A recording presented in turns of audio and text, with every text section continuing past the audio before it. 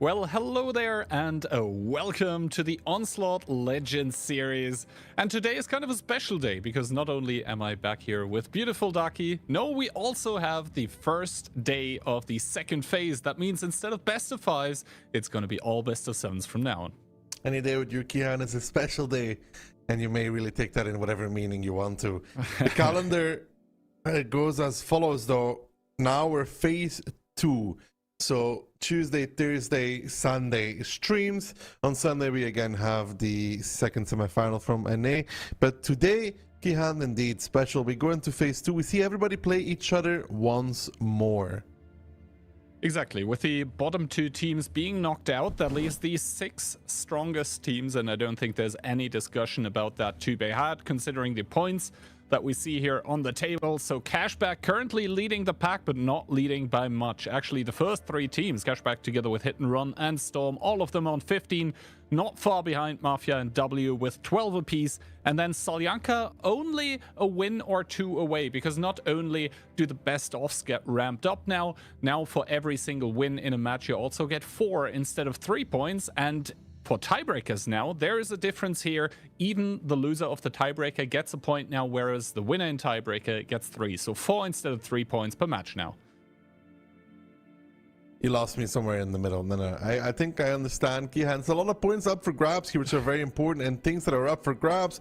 Of course, tokens are up for grabs as well to make your way to the token store in-game, Kihan. More tokens, more rewards.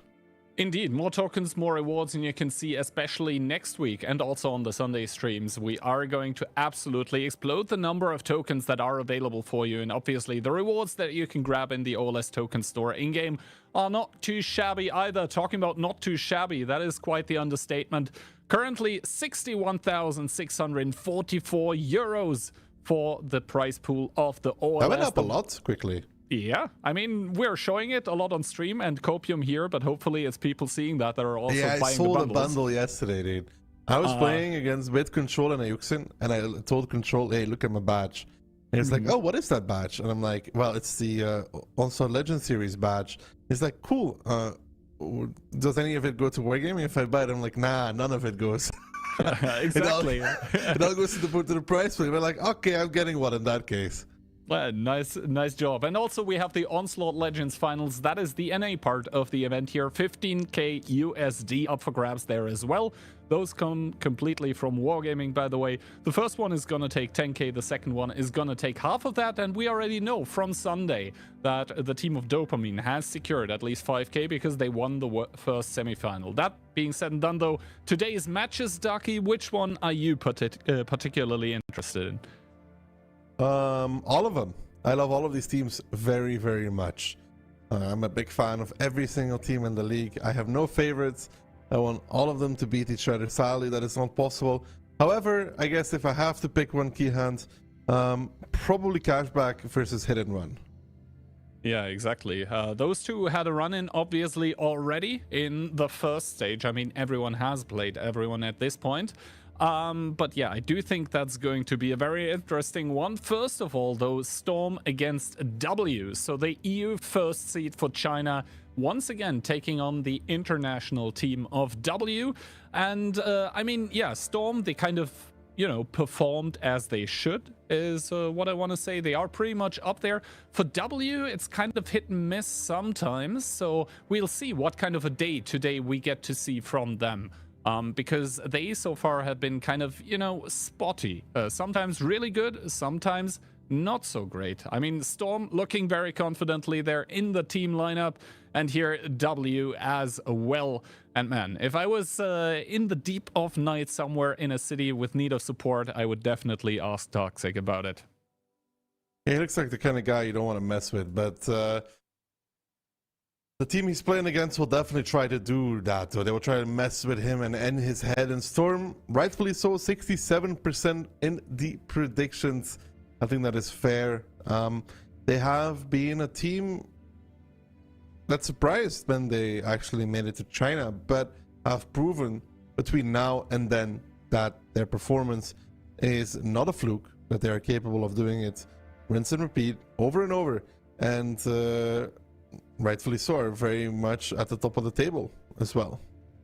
Exactly. Storm, they kind of had a miracle run through that lower bracket to make it to China. First of all, though, I mean, we've shown him multiple times by now, but that is just because his stats that he keeps putting on the board are just that impressive. I believe right now he's like 500 DPG above anyone else in the OLS. Now, you might say, well, he's playing Inspire Medium, so basically his job is to bait his team and dish out damage while giving free stats to everyone. But, like, he's doing a super good job of that while still dealing damage, and 82% pen rate is crazy good, together with the 1.5 KD as well. Yeah, got you, baby. Just absolutely performing. You know what I just thought of, Kian, would be a great piece of content that everybody would love to watch? Kihan's Road to Champion, live on Twitch. I would even watch it on my own stream and just talk about it, you know? Oh, I mean, from you watching other content creators and then talking about the voice comms there, I know exactly what that would look like. Restreaming. Think about it. Think of the content, Kian. What do you think? A challenge, huh? Do you get half of the earnings? What earnings? The Twitch billions, of course.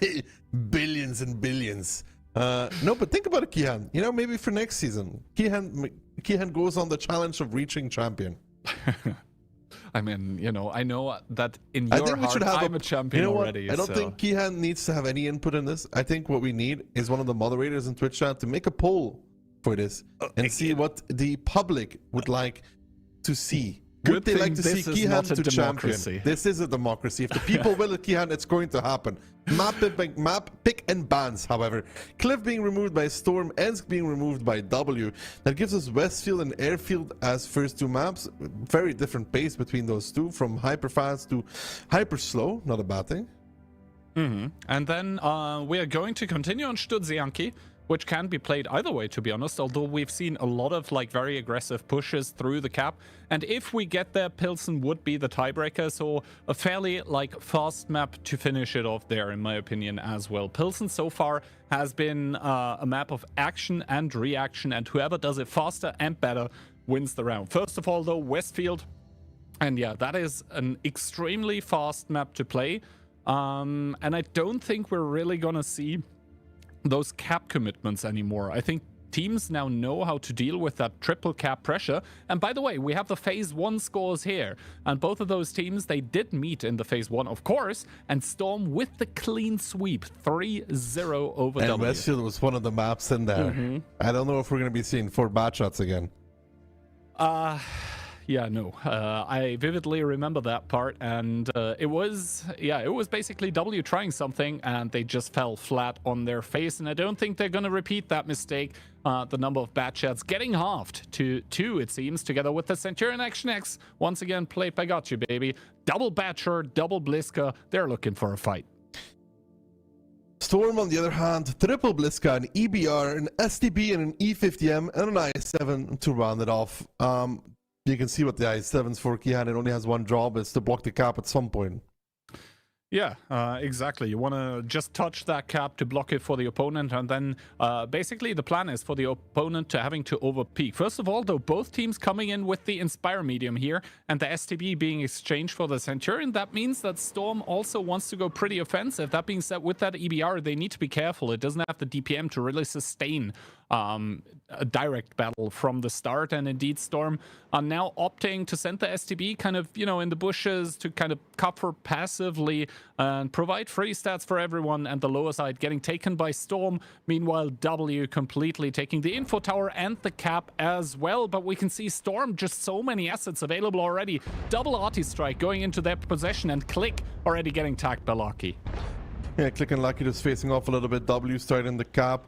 Now rotating though with their double bad shot back across, potentially even going to cross the A line with that loner's exhaust, as Click is holding them off from progressing from the side of Storm. Jordan now pushed in though, and the IS-7, he's going for the block. That's pretty normal. Frugal there getting out traded by Jordan as well. W needs to be careful, but the double bad shot has sneaked past. However, Kian, if they get spotted and if Click dies before that, this has all been a waste.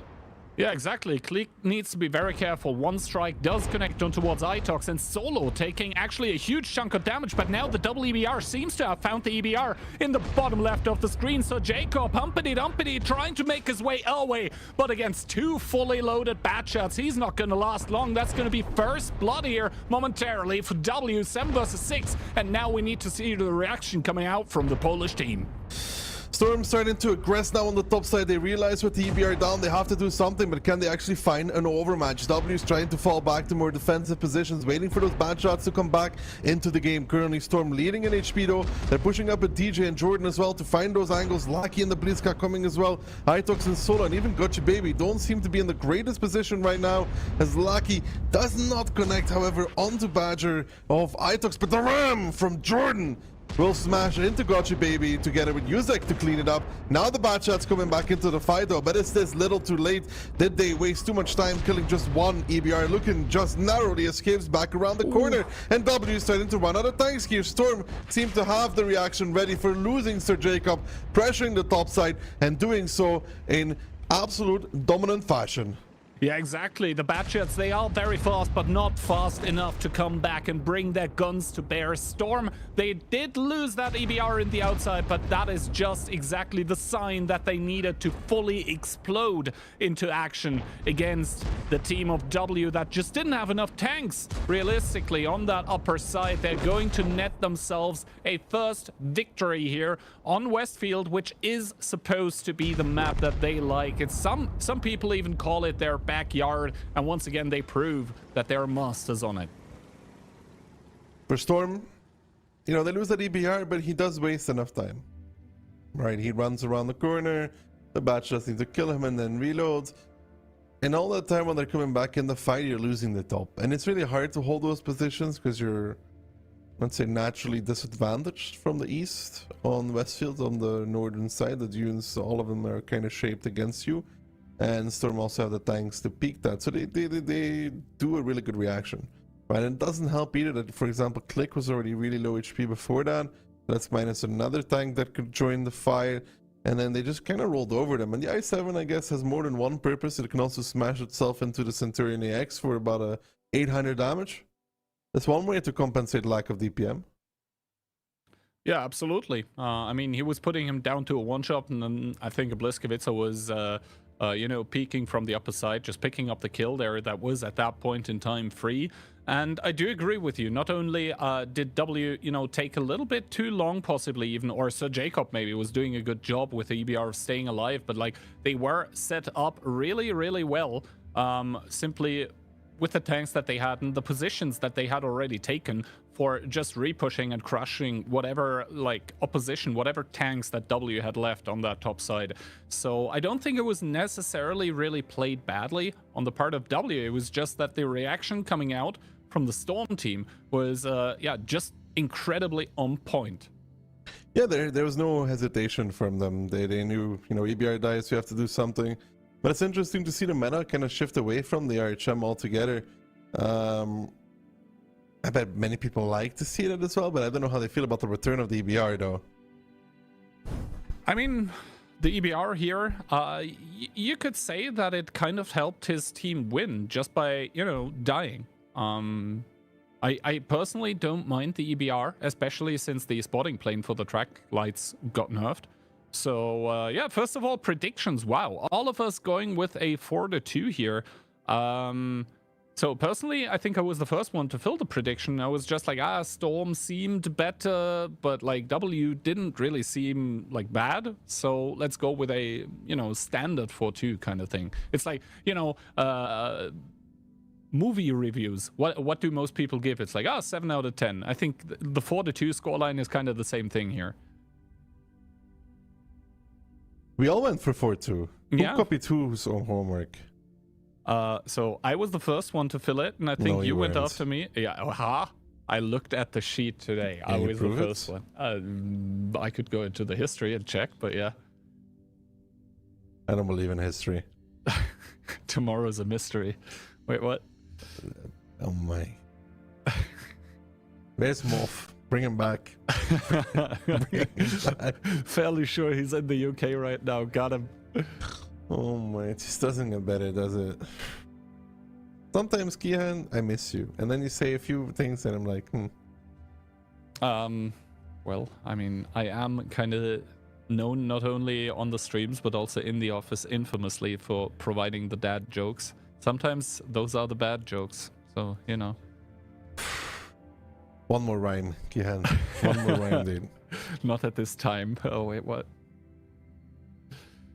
All right. Anyway, I think we're just about ready to get into round number 2 here on Westfield. And W, they're looking for the equalizer, not really switching it up that much, to be fair. Double Bliskovica once again, double Badger once again, and the triple medium with the double bat single Centurion. So mirror lineup, actually, from them, considering the past round. W also, though.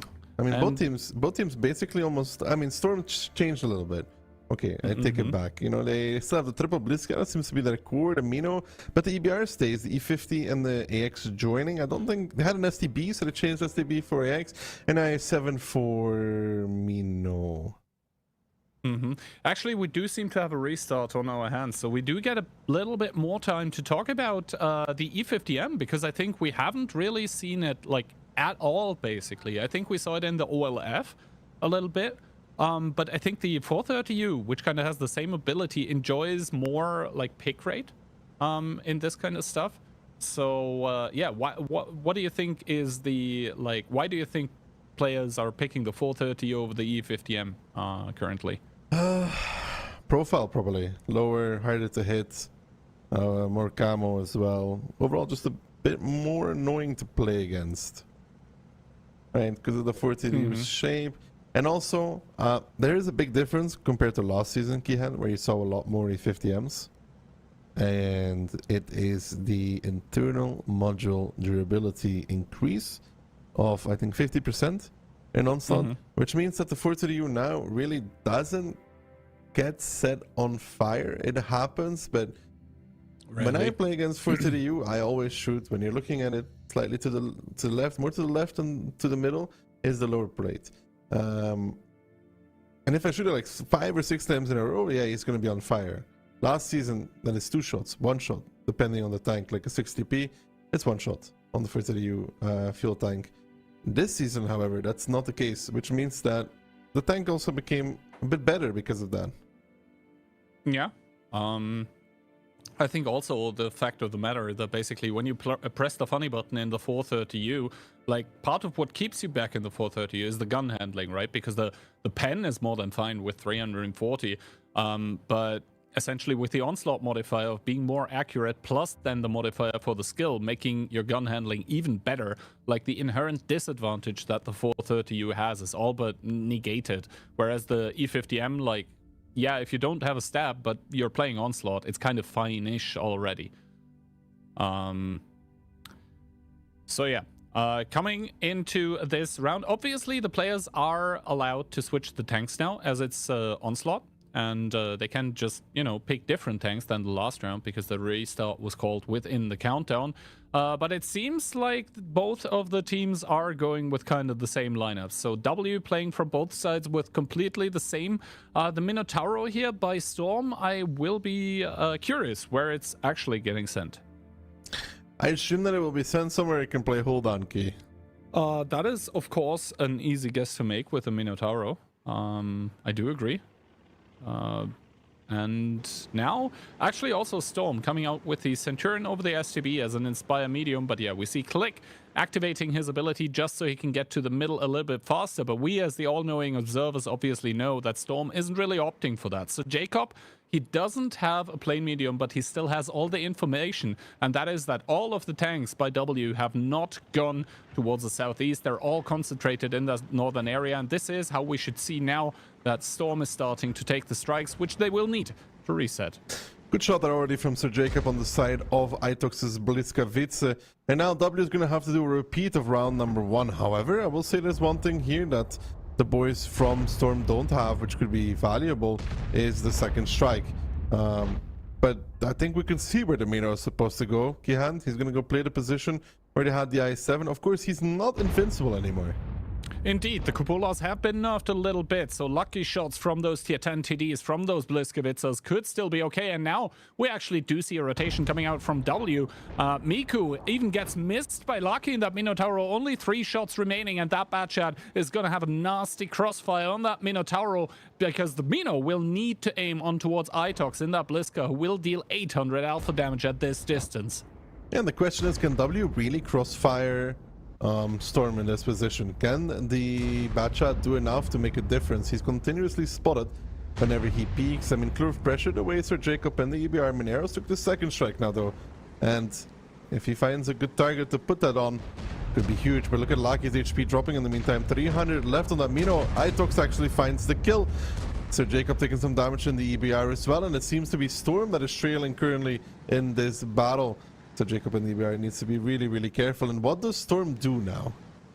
Yeah, that is the question. They still have 1 strike on that E50M, so Cap not too much of a problem as of now, but we can see the Batchat from the sidelines has opened up here. That is 2k damage that's going to pour in towards those Bliskowitzers. The Badgers, yes, they do take a strike, but still Storm needs to reset, and I do think that the strike was already used by Minairos. Nothing has come through in terms of resets. This is why Yuzek now has to commit here, and DJ starting to push on towards Miku. That's something we need to watch out for as well. That's why Click is peeking. Good shot into DJ in that Centurion, and Frugo going down towards one shot. Everyone shooting on that Centurion. It just blows up. Yeah, that poor Centurion had no chance in this match. Good focus fire them from W, doing exactly what they need, is to focus out that little Centurion. I think he even got double tracked there. Yuzek missing a shot on Itox doesn't help either. A good kill from Lukin though on towards Click. I mean, for Storm, they have a 4-on-4 right now, and if they can find, for example, Itox, if Mineros can get into the game, who knows what's possible. Klurf now decided to switch targets, is moving towards Lukin. Baby coming in as well, kills a little bit late, and now Klurf dropped towards 845 HP. Lukin, can he do one more shot? He cannot. Now they need to continue on towards Mineros though, but I don't know if they're really capable of doing that, Kihan, at this moment in time. Solo drop towards the one shot. Mineros gets behind the building. Klurf, however, still a 3-shot potentially for the C50M. Finds it on the first. He will go down towards the one shot for this, however. I assume that he will find the kill. Mineros does his last shot, but look at it now. Only Gotcha Baby really with any HP left here, and there's still the threat looming of that EBR the whole time. Sir Jacob may actually be a clutch player in this. Yeah, let's see how exactly they want to do this. Itox gets picked up by Sir Jacob from that EBR. He is going to be so dangerous. Klurf now with an all-or-nothing play. Essentially, the HE shell by Jordan not connecting on towards Solo. And now Klurf here. Does he go for this? No. Gotcha Baby says, I got this, bro. I'm behind the Bliskowitzer. He does put in the second shot. Will John be able to get one more kill here? He does actually see Klurf, but Gotcha Baby to the rescue. It's a 1 versus 3 situation. And here's Sir Jacob with the first kill, but Gotcha Baby to shut it down, to log it in. We're all even 1-1. I will say, feels a little bit greedy from Jordan there to try and go for the HE shell against the Badger instead of holding his last shot for when Gotcha Baby is going to peek him potentially. I don't really agree with that, to be honest, personally. I think if he holds the shot and waits for Gotcha Baby to show up, that gives Jacob time to actually close the distance. Because Gotcha Baby can't just YOLO in, because if he does, it's minus 800 and he's a one shot. Then it's 3 one-shots for Jacob, and that's very playable for an EBR. Exactly. So, yeah, kind of a bumpy ride here for the team of W, but the better end for them. And that Minotauro, I mean, he was getting sent forward and then flanked. So Lucky definitely not with the most fun of rounds for himself. In that Minotauro. DJ also with the Inspire Medium. I mean, he basically got sent on towards a kind of a suicide mission, but if he actually makes it through in towards the ditch with that EBR to have an up close and personal one-on-one, then, you know, the Batchat is probably not really going to be able to do a whole lot, because he's already spent his clip basically on the other tanks. Well, that is the end of Westfield, Okiant. Now going into Airfield, which of the 2 teams do you favor on this?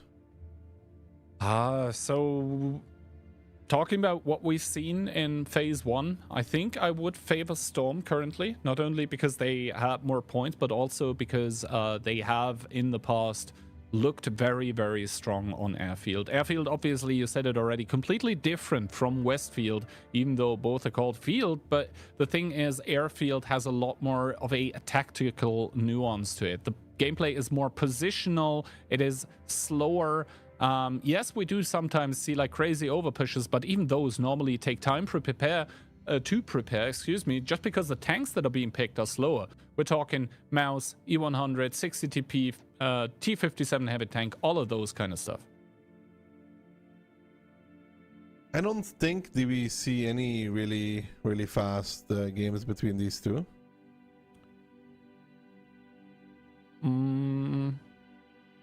Not yet, I don't think. So we have to go off of the knowledge that we basically have from seeing those teams play against like other teams. And I think their Storm just seemed more controlled when it came to slow gameplay. Slow gameplay, preferring Storm? Yeah, I feel like W made do something crazy on this map. I mean, it's all guesswork until we get to see the lineups, which I think shouldn't be too far out here. And indeed, I mean, they are going to maybe switch a little bit more, but here W is going to come in with 160TP double bat shot, the Griller. All right, that doesn't suggest the quickest of gameplay, together with the Mino and the double V4. Storm, on the other hand. Yeah, they are once again looking for a fight. I mean, 60TP, double 50B, Bat, Mino, double V4 as well. The Gorilla has to play a huge part in this battle for this to work out. I quite like the Gorilla, but it also really says you're playing very, very defensive. Yeah, and the thing is, both teams are not playing an RHM, so there is not going to be any early information available apart from that you didn't get spotted, so the enemy likely also doesn't have an RHM.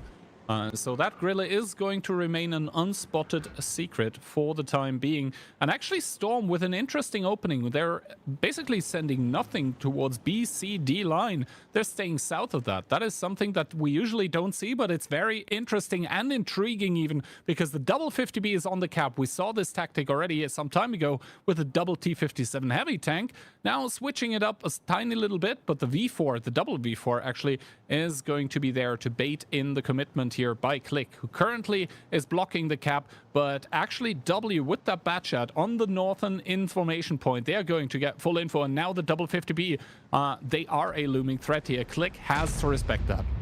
There will be a reset, however, coming out from Klurf. Click is just blocking a little bit, giving time for Klurf to collect the strike. They know Gotcha Baby's on the B line. They're taking the strike in the middle when there's Storm, but that's not going to be capable for them either. And they're actually going to try and make a move out of this. Jordan and Lucky pushing up. Gotta be careful. Solo is ready and waiting in the Grilla. 10 seconds left now. There will be a reset from the Minotauro from Itox. They still have the strike of... Did they use the strike? Ooh. No, they didn't yet. Klurf still has the strike up and available in his V4, so I think they're just going to wait a little bit more. They're just going to try and exert as much damage as possible. And Jordan, he's driving very far. He's taking one for that, as a Click now did fire, so now the double 50B is going to fire and open up. Obviously, Juggernaut activated. There is enough that will actually damage him. Good shot and good strike coming out on towards the double 50B, but still the cap. 20 seconds remaining, so Click and Klurf, they need to somehow make this work with the blocking while they are waiting for the strike to come back active. I feel like they might just potentially do the same thing again. I mean, Solo did get spotted out this time in the Grilla.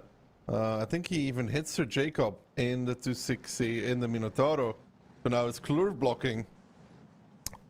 But Storm kind of has to go for this again before the strike comes up.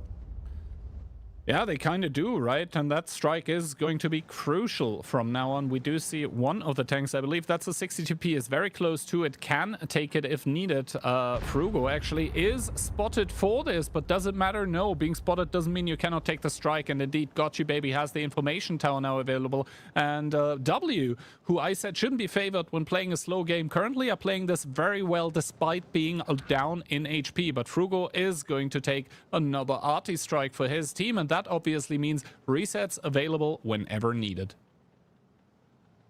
They're playing it well on the cap as well. I mean, they have Itox watching one angle and Klurf and Click watching another. They're even splitting up at the 50Bs now, trying not to get reset. Sitting further back. Miko took a lot of damage though. Miko indeed has taken a lot of damage, but I think that was, yeah, basically, well, because he was the one, well, actually, no. How did he take so much damage? I'm not even sure. That is my question as well, Kian. So either he got double blinded by the 60 TP, which is unlikely, or he had some kind of attempted play, I guess. Incident, yes. Bad shot spotted out from Moneros by Miko though. Miko will have to bail, and look at that Gihan's map control. Starting to build for Storm.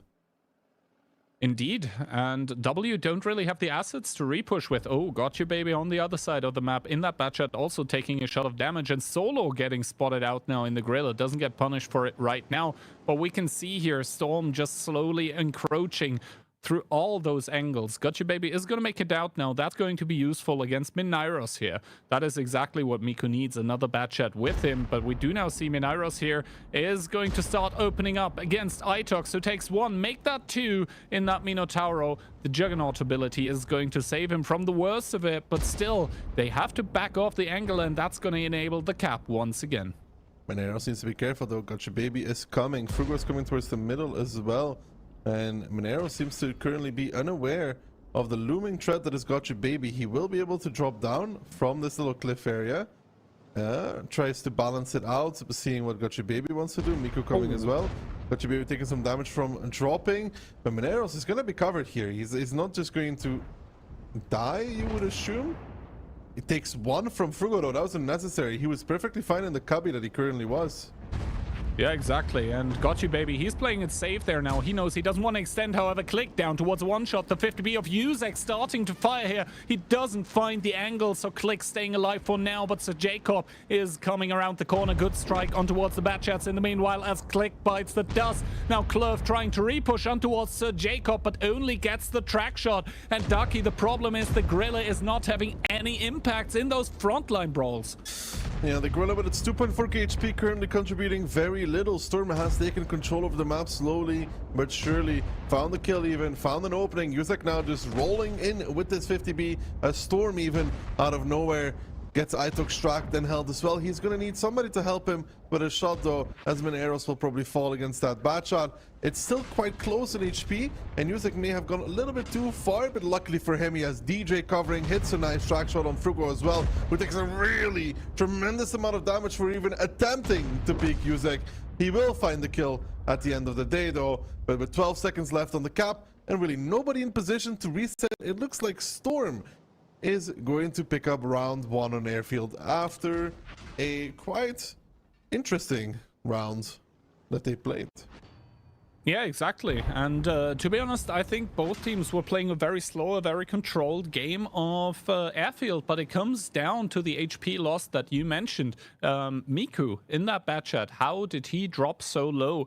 Because that is where the trouble then started. That damned smile of the bad chat just coming with the big flank, and we all knew at that point that Miku couldn't really stay there anymore, especially once the flanking Batchat was spotted, because he was on a one clip. Meanwhile, the other Batchat wasn't. That is why Gotcha Baby had to rotate in his Batchat respectively. So yeah, those HP lost on that singular Batchat, while it doesn't seem like big in the grand scope of things, it would definitely an absolute game changer. Damage numbers though, I mean the Gorilla comes on top, but you saw even with Gorilla covering, it's still really annoying to hold that cap over longer periods of time, because you always have that immobile time that can't really move, can't really push. It's just only good for holding. And those bursty tanks from the lineup of Storm, right? 50B, Batchat, and also the V4s, which are not the easiest to penetrate, even for a Gorilla that's pinpoint accurate, essentially. Like, he wasn't able to contribute his HP, he has no armor to speak of, and at that point, as soon as one of the linchpins, with Miko in this case, falls, your tactic just falls apart. And the thing is, Miko didn't even die, but just him losing HP meant that he could get pushed by the Batchat. So you don't even need to die for a flank to fall. And then Moneros got into the base, got a few shots onto the 60 TP. And once the tanks started pulling back, like once the really issue there for W is once the Mino is forced back, everybody from Storm can peek together again. They did it then later on to one of the V4s, because the Mino would give an early info on the V4 speaking, so you know what's coming. But once the Mino is not there, the 60p is gone, it removes the crossfire W had on the cap, which was a good one. Yeah, and you could see, like, whenever those Storm tanks were peaking, then the damage taken by Storm was actually quite, like, yeah, considerate there. And I think as long as Miku keeps his HP, and as long as those trades on the cap in towards the Grille and Crossfire, as long as that gets sustained by W, everything's fine, because in the end they're sitting on point of information plus strike. So yeah, they had the better position, but then the individual plays just, you know, making it not work out in their favor. Let's see, however, if they are able to do better in round number 2 on Airfield. Round 2 of Airfield. Do you think Storm is able to edge themselves ahead of W in this one?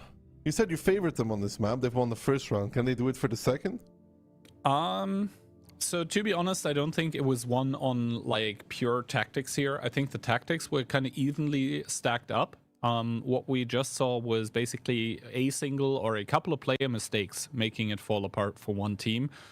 And while all of the players that we are seeing here currently today are absolutely top-notch performers in their own right, you can never really predict when one of them missteps, because yeah, that does happen, even to those players.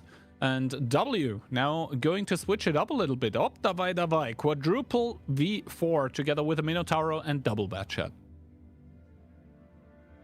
No bad shots available except for the 2 of DJ and Mineros for Storm, but another French tank on top of that actually, which is Sir Jacob. So 3 Frenchies, a 160p, 1 Mino, a double E4. So a different style from both these teams. I mean, W with the V4s, Storm with the E3s, with the E4s. I'm not sure which one I like more. The EBR can work though, but they really, with bringing the EBR, they have to make sure they blast whoever of W tries to take B-line. Yeah, let's see. So Jacob is going to orient himself towards the B line, which is where he's going to go to get that point of information. And we do see 160 TP getting split off by W. Let's see how early that Batchat gets spotted. Actually, Miku doesn't even look to go here for the aggression. Instead, it's going to be got you, baby, on those back lines. And he does get spotted, and this might be problematic. Good shot by Sir Jacob. How much damage does got you, baby, take? Turns out not a whole lot as it stands right now. This is bad though for Baby. I mean, Sir Jacob is going to sit here and slowly chip away. DJ gets a shot as well. Frugo's committed in. The question is, does Storm really feel like fighting? They could repush the strike if they want to, or they could simply allow Frugo to take it, because it's only 400 damage. Yeah, let's see. Frugo seems like he's gonna get that strike, which he does now, but Got You Baby, on the other hand, down towards 1500. Was that the EBR peaking once again is the question. Hold that thought, however. W starting to aggress here. Milo taking the brunt of the damage, 1k plus, and that Minotauro is not done. 1 versus 1 against Jordan. Let's see who they're gonna focus on. Frugo and Clerf also on the offside. They're just ignoring the EBR DPM, and rightfully so. It's not that much, but the other tanks from Storm are contributing as well. HP advantage already there. Storm holding on this onslaught right now. Gotcha Baby also dropping quite low, 777. I think even Mineros maybe hit the strike, but currently it looks like Sir Jacob is just going to kill this Batchat in a man one-on-one. And the rest of the W tanks, they felt like they needed to do something, and that's because they hear the sound of the airstrike being taken in the middle of the map. They're like, oh, let's take everything and anybody and push, and then Baby can push on towards the EBR, but nothing less is true. Sir Jacob simply gets the better of him.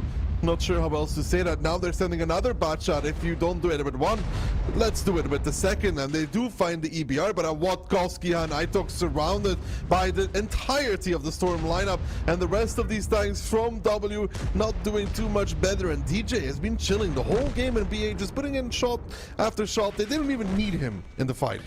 Yeah, man, DJ, that bad chat, he's gonna have the easiest OLS game of his life. Just point-and-click adventure for him at this point, as Solo is now also gonna get picked up, probably by Yuzik. Never mind, it's Milo. There's just so many guns available for Storm still. 6 of those, and Miko, yes, he did get the singular kill of their team on towards that EBR of Sir Jacob, but you asked it, at what cost? And well, the cost is everything, at least everything on Airfield, as Storm are going to pick up the map 2-0, making it a 3-1, which coincidentally in the best of 7 is our first match point of phase 2.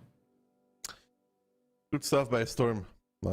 Overall, they lost the Westfield, but now they're on match point. I don't see Janky coming up, right? I do believe so, yes. Yeah, for them it's looking really good. They seem to be a bit better. W tries to make some interestingest push. Not sure what was worth it there. I mean, yeah, Gotcha Baby is slowly getting outplayed by the EBR, I guess, is what was happening. So maybe that was the trigger. Yeah, and we did already see earlier, like in the OLS, that EBR, they're just getting the better of the bad chat. I believe that was Cashback playing in. First of all, though, damage numbers and DJ, we said it, he probably had the easiest game of his life in that bad chat. Just, you know, point and click, farm to your heart's content. He is probably very, very happy with the outcome for the game, for himself and also for his team. And on the other side, it does look a bit more grim here as, yeah, W now facing the match point. They need to step it up a notch. They need to step it up 2 notches because they need to win 2 games. But yeah, good performance there from DJ. I mean, easiest game of his life. We said it, just sat behind a rock and shot them in the side for a whole battle.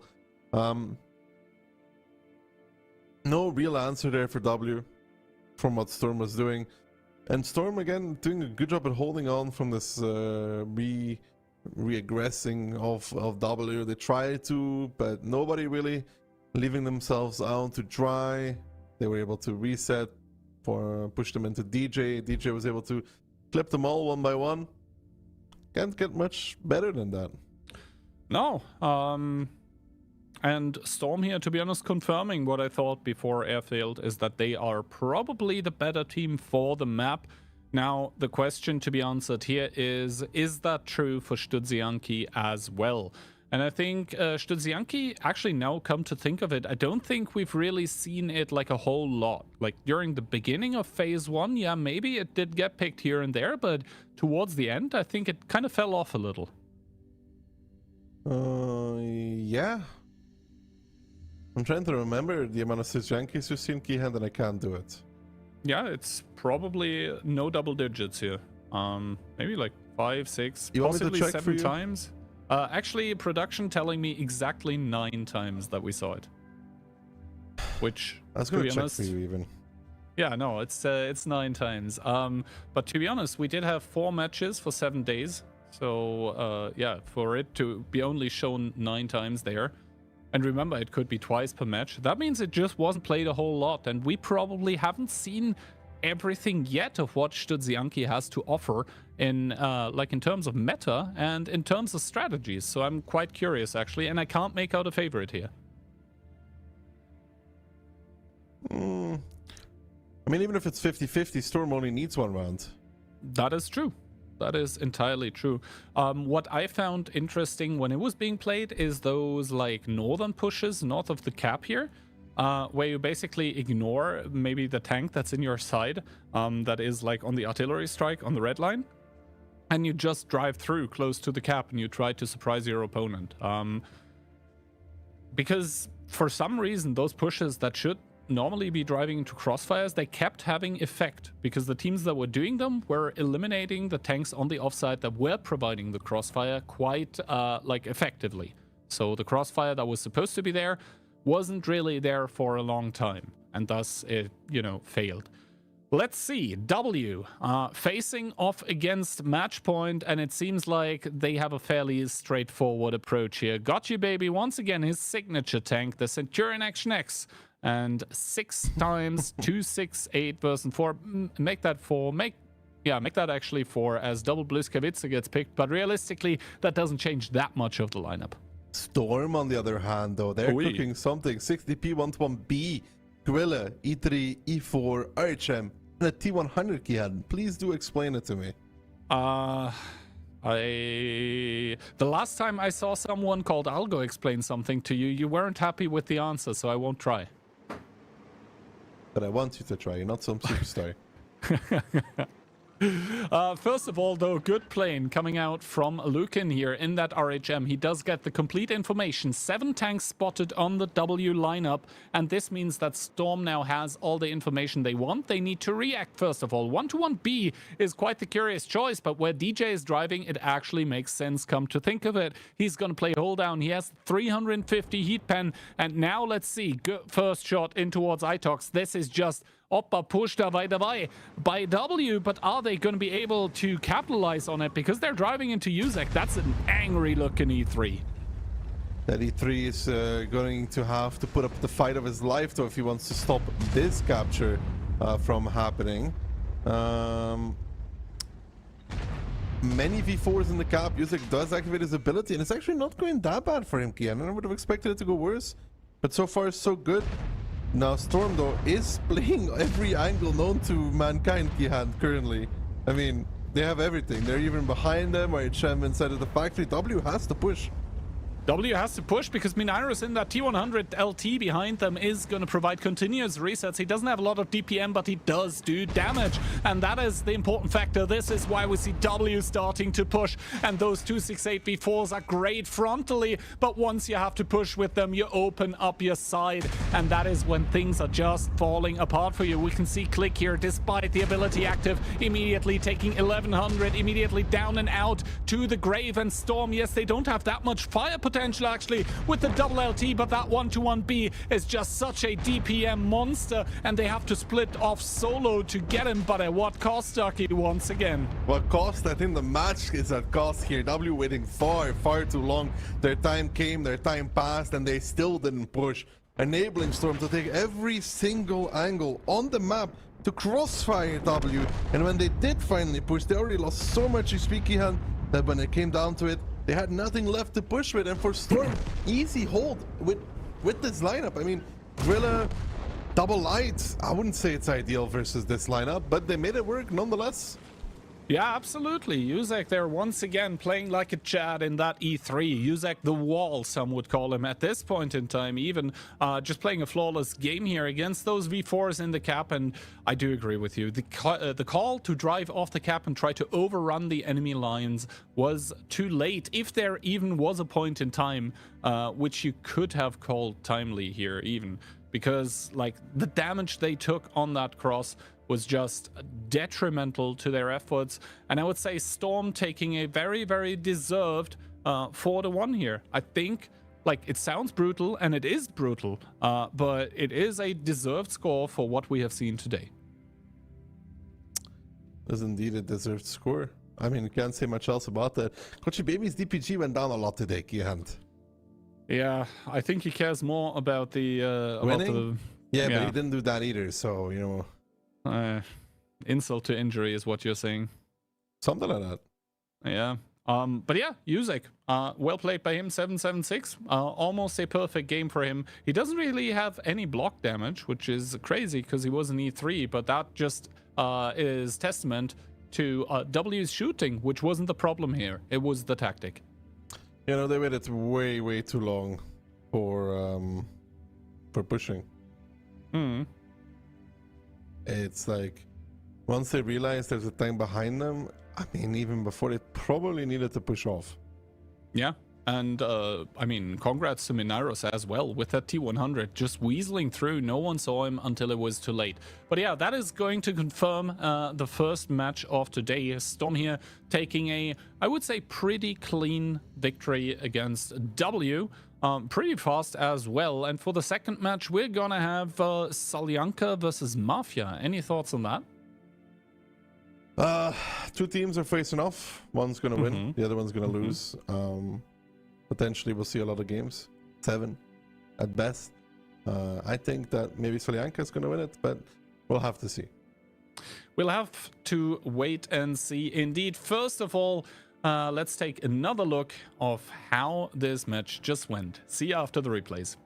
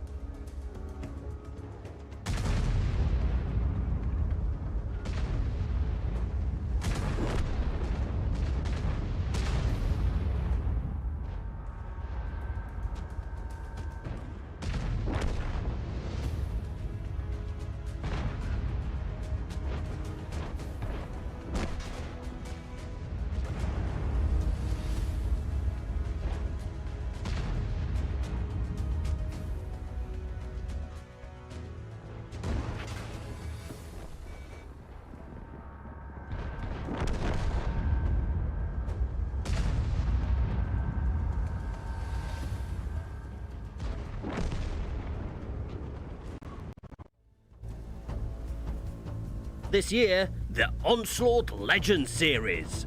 This is your chance to make the event truly awesome by boosting the prize pool and getting a cool 2D style and other goodies in the process. Contribute now.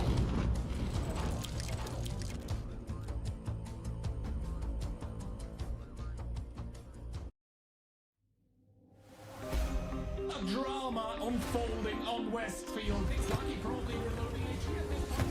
He doesn't have any boots remaining, but he gets the shot. And now the clueless guys are showing. You can dispraise me and you can condemn me for everything that brings me spark in my life. I was ashamed of my morals and principles, tried to achieve my own goals, choose my path. We are not monsters, we are different believers we play. We are not monsters, we are the best in the game.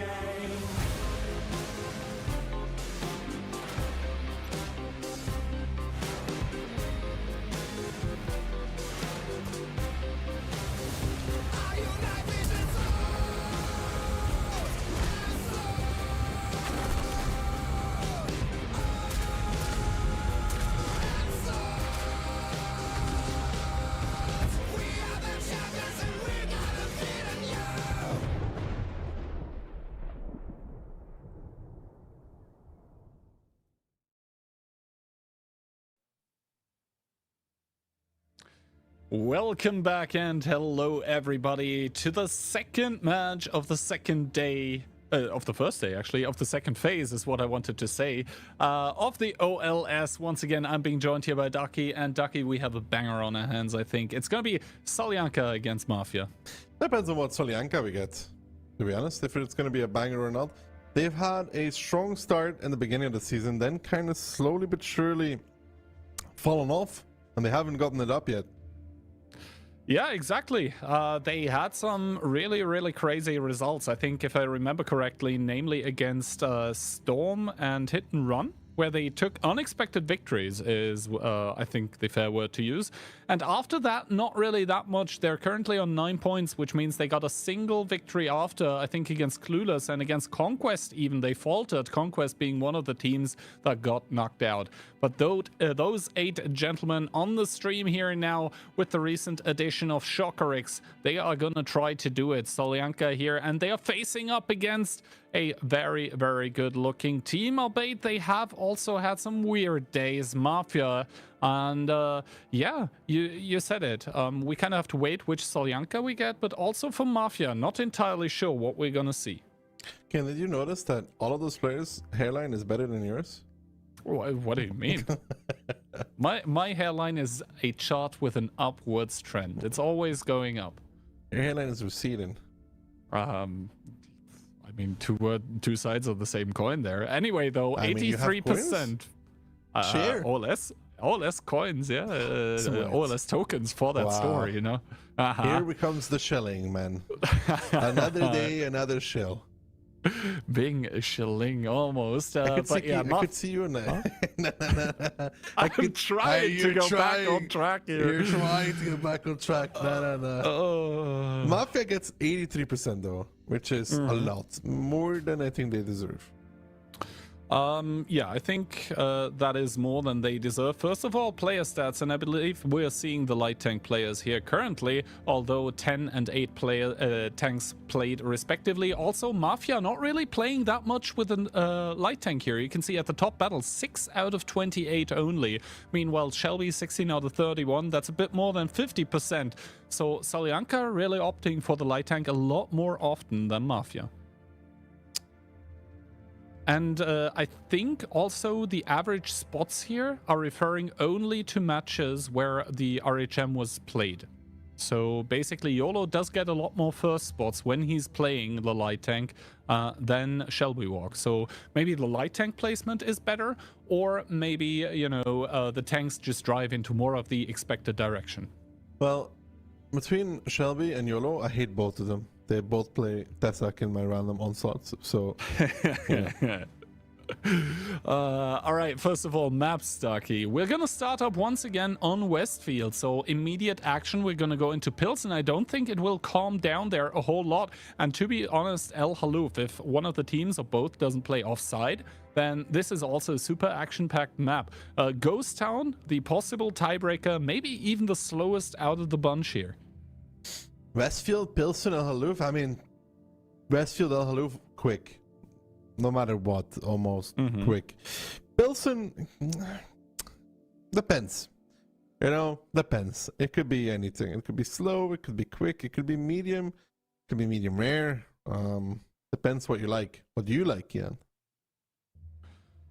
I like a good and close match most of the time, wasn't the so question. hopefully It we're was gonna more- get that. It was more in terms of like meat, you know, like what if you go to a restaurant and they Medium rare. thank God, dude, you know, I was almost about to unfriend you if you said something like, I don't know, Medium rare. outrageous, you know. No. I'm not one of those weird people where, you know, the Whoa. meat is already dead and then they need to cook it in the pan again until it's like double dead. Kian, be nice to the audience. They provide you with your job. I am nice to people that are, you know, right about how to order their meat. Well, you know what? I'm not buying any Christmas boxes if there are any. Just because Kian said that. What Christmas boxes? Yeah. I do not want to The know what you're yearly talking about. shenanigans of Christmas boxes. What are Christmas boxes? I don't know what Christmas boxes are. What is that? I believe last year we had something called Holiday Ops boxes, but obviously I can't, like, how would I tell you at this point in time if this year there were going to be some, like, I'm working off the assumption. Huh? Okay. If I mean, you as a CC, you get some anyway, right? So, me, yeah, but I always make sure to get at least an equal amount back, Johan, so that people can't say it's rigged. Which is really just a bad investment, but I mean, this stream was never intended to be financial advice, right? So, first of all, though, financial advice, which would translate in towards what people should be putting their points on the stream. Phase 1 scores. Mafia taking the comfortable 3-1 victory over Solyanka here. And to be honest, I still think they should be the favored team, especially considering the form curve that we've seen from Solyanka, which has been kind of pointing down, if we're honest. But, you know, maybe they were saving for Phase 2 as soon as it was, like, basically confirmed that they were through. so yeah, 1-3 was the scoreline. That was very recent, no? Wasn't that? I'm not sure when exactly the match happened, to be honest. But yeah, it must have been because Solyanka had such a good start and then all the losses came later on. So yeah, the probability is high that it's a fairly recent result. Worry, I will look for you, Keyhand. Meanwhile, I'm going to read out the lineups here, and currently that Solyanka lineup does look very, very interesting. We see an RHM, a Bliska, okay, now they're starting to switch away from the 113. So RHM, a double Bliska, one K91, okay, double CS63 and a BZ75, and apparently on play day 4 was the matchup between them. Mafia though, Kranwagen. No, he switched. No, he's back. Oh. He's back. He's back. We're back, boys. We run it back. We're running it down. Live. Kubash in the CS. Badger, Mino, E4. Double light though. IHM T100 again, Kian. Is there a restart? There is a restart indeed. So maybe, you know, the Kranwagen is not going to run it down. Maybe it's not going to int it everywhere. We haven't seen a singular Kranwagen yet. And actually, fun fact, the age of 100% win rate tanks in the OLS is also over, since both Tesak and K91 lost. I think currently the only tanks that are sitting on 0, which is the other clean win, or rather lose rate at the end, those are Foch 155 and M48 Patton. Other than that, every tank has lost and won rounds. So yeah, other than Kranwagen, what do you think? What are we missing still? Not a whole lot, right? I'm thinking. I mean, Ice. Do we have Ice 4? I think we did have Ice 4 already, yeah. I mean, the 13105 technically, because it was played in the match for China by Hit and Run, but it wasn't played in the OLS, so... Or actually, one. Sheridan.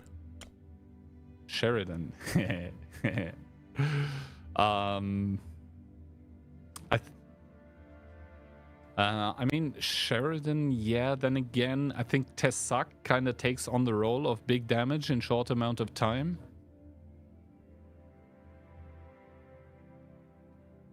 So yeah, actually 113-105 was played in one battle, so it must have won or lost that round, which means 0 or 100% win rate currently for that tank. But those are technicalities. Looking for the match ahead, I don't think we're going to see a Kranwagen, to be fully honest with you. I would like to see a Kranwagen, Kihan. Me too, me too. I just think it's unlikely. The European Legend is unlikely, but you should still try. I would love to have the time. Oh, no time. No time. But to be honest, I think maybe champion this season if I get to play that much. Content streams? First of all, I have to move myself from silver to gold. I don't even know if I'm not currently losing elo every day because I wasn't able to play like recently. So, yeah. Maybe gold first of all, and we can see where we'll go from there. But yeah, moving ahead, Westfield, I mean, we did just see it, and to be honest, it was both times like W trying to go for cap and a Storm just being a very good team playing around it and, you know, taking all the outside positions. Storm losing one battle there, but I think that was kind of a mistimed repush, etc., more than anything else. It was kind of close at the end even. But I don't think we're gonna see a repeat of that. But let's go into the second match of the day. Solyanka, once again, they are bringing one Rheinmetall, double Bliska, the K91, I'm very curious where it'll go, double CS63, and the BZ. No Kran, apparently. CS, AX, Badger, triple Bliska, and an RHM. No T100 either. I'm so disappointed now. My day is ruined. Yeah. It's kind of sad, but at the same time, it would have been a very, very, like, off-meta to play Kran, to be honest. Going into this one now, so it's going to be one CS against double CS, to be honest. Obviously, both sides bringing a light. First of all, Mafia here, YOLO, he misses all of those medium tanks with his plane. So, Mafia actually playing without the information here currently. Vladislav is going to take the informational tower here, and Shelby Walk immediately getting split off to the outside. Mafia still not taking the tower for themselves, and this might come back to bite them, because there's a hit squad of Solyanka tanks right in front of them, and Viksha and Shelby, they could be shooting from the lower side even. Oh, YOLO there gets tracked even for a second in that RHM. He will survive, but now it is time for Solyanka to start pressing the W key. The K91 out of the fight though. YOLO starts to put some crossfire in. They'll need Shelby to disengage and get into the fight there. Conrad peeking from above as well. He's trying to get into this battle, but you can see Solyanka just backing off, letting the CS63 of Viksha just farm away. Dreamer dropped low, needs to survive, then have ability active. Conrad is not doing much better himself in that Bliskovice. The Archem of Shelby putting good crossfire in as well. I'd say so far Solyanka on the rise in battle number 1 with that surprise, with that medium, that CS63 that, yeah, Mafia didn't see. He said it, YOLO missed the plane on that, and now you can see how much damage that guy was putting in the side, more likely than not. And now though, Shelby will have the opportunity to go kill YOLO as well, and I don't see really how Mafia comes back in this.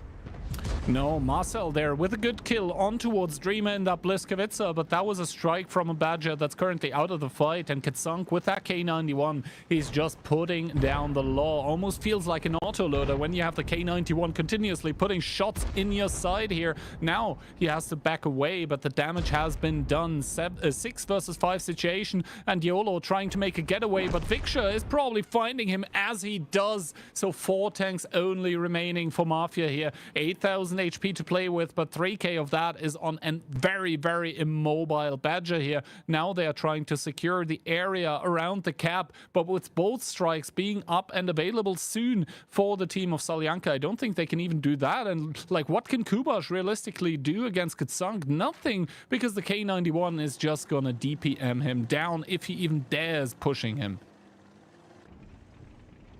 There's not much to do anymore for Mafia. I mean, Marcel is going to get crossfired in that position.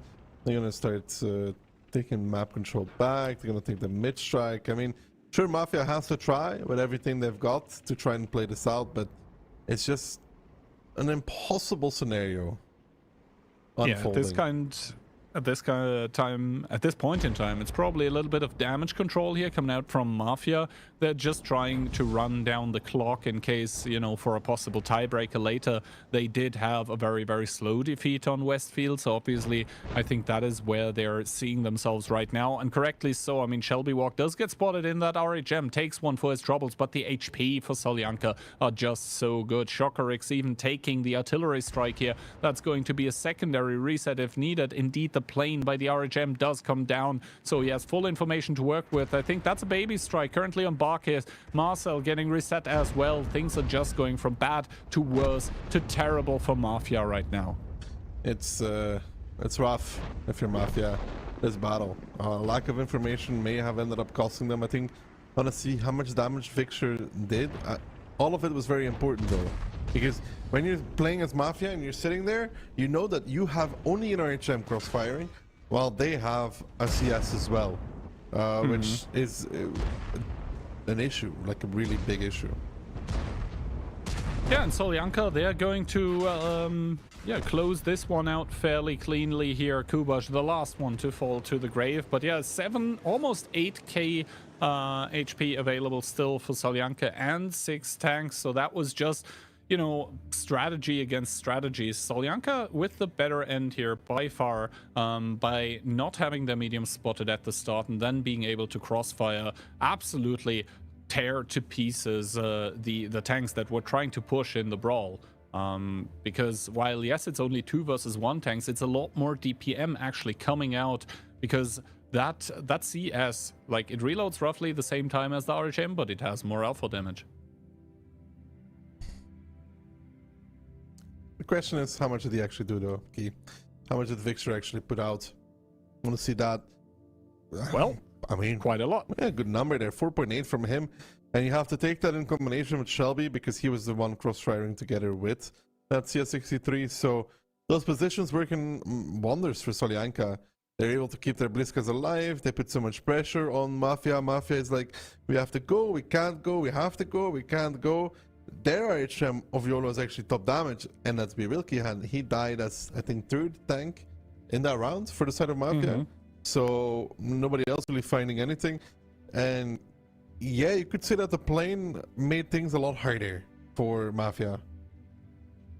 Yeah, indeed. The plane that failed to find the medium tanks was, I think, the crucial asset that was missing for the team of Mafia. And for Solyanka, I mean, the mediums are all going to say, like, yo, guys, I'm not spotted. Wait, you aren't as well?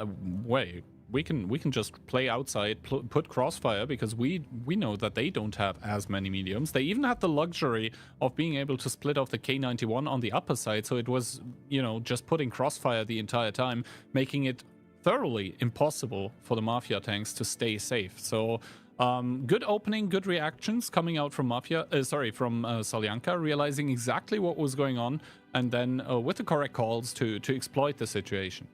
I mean, I think their initial setup was just ideal already. They didn't have to do much anymore.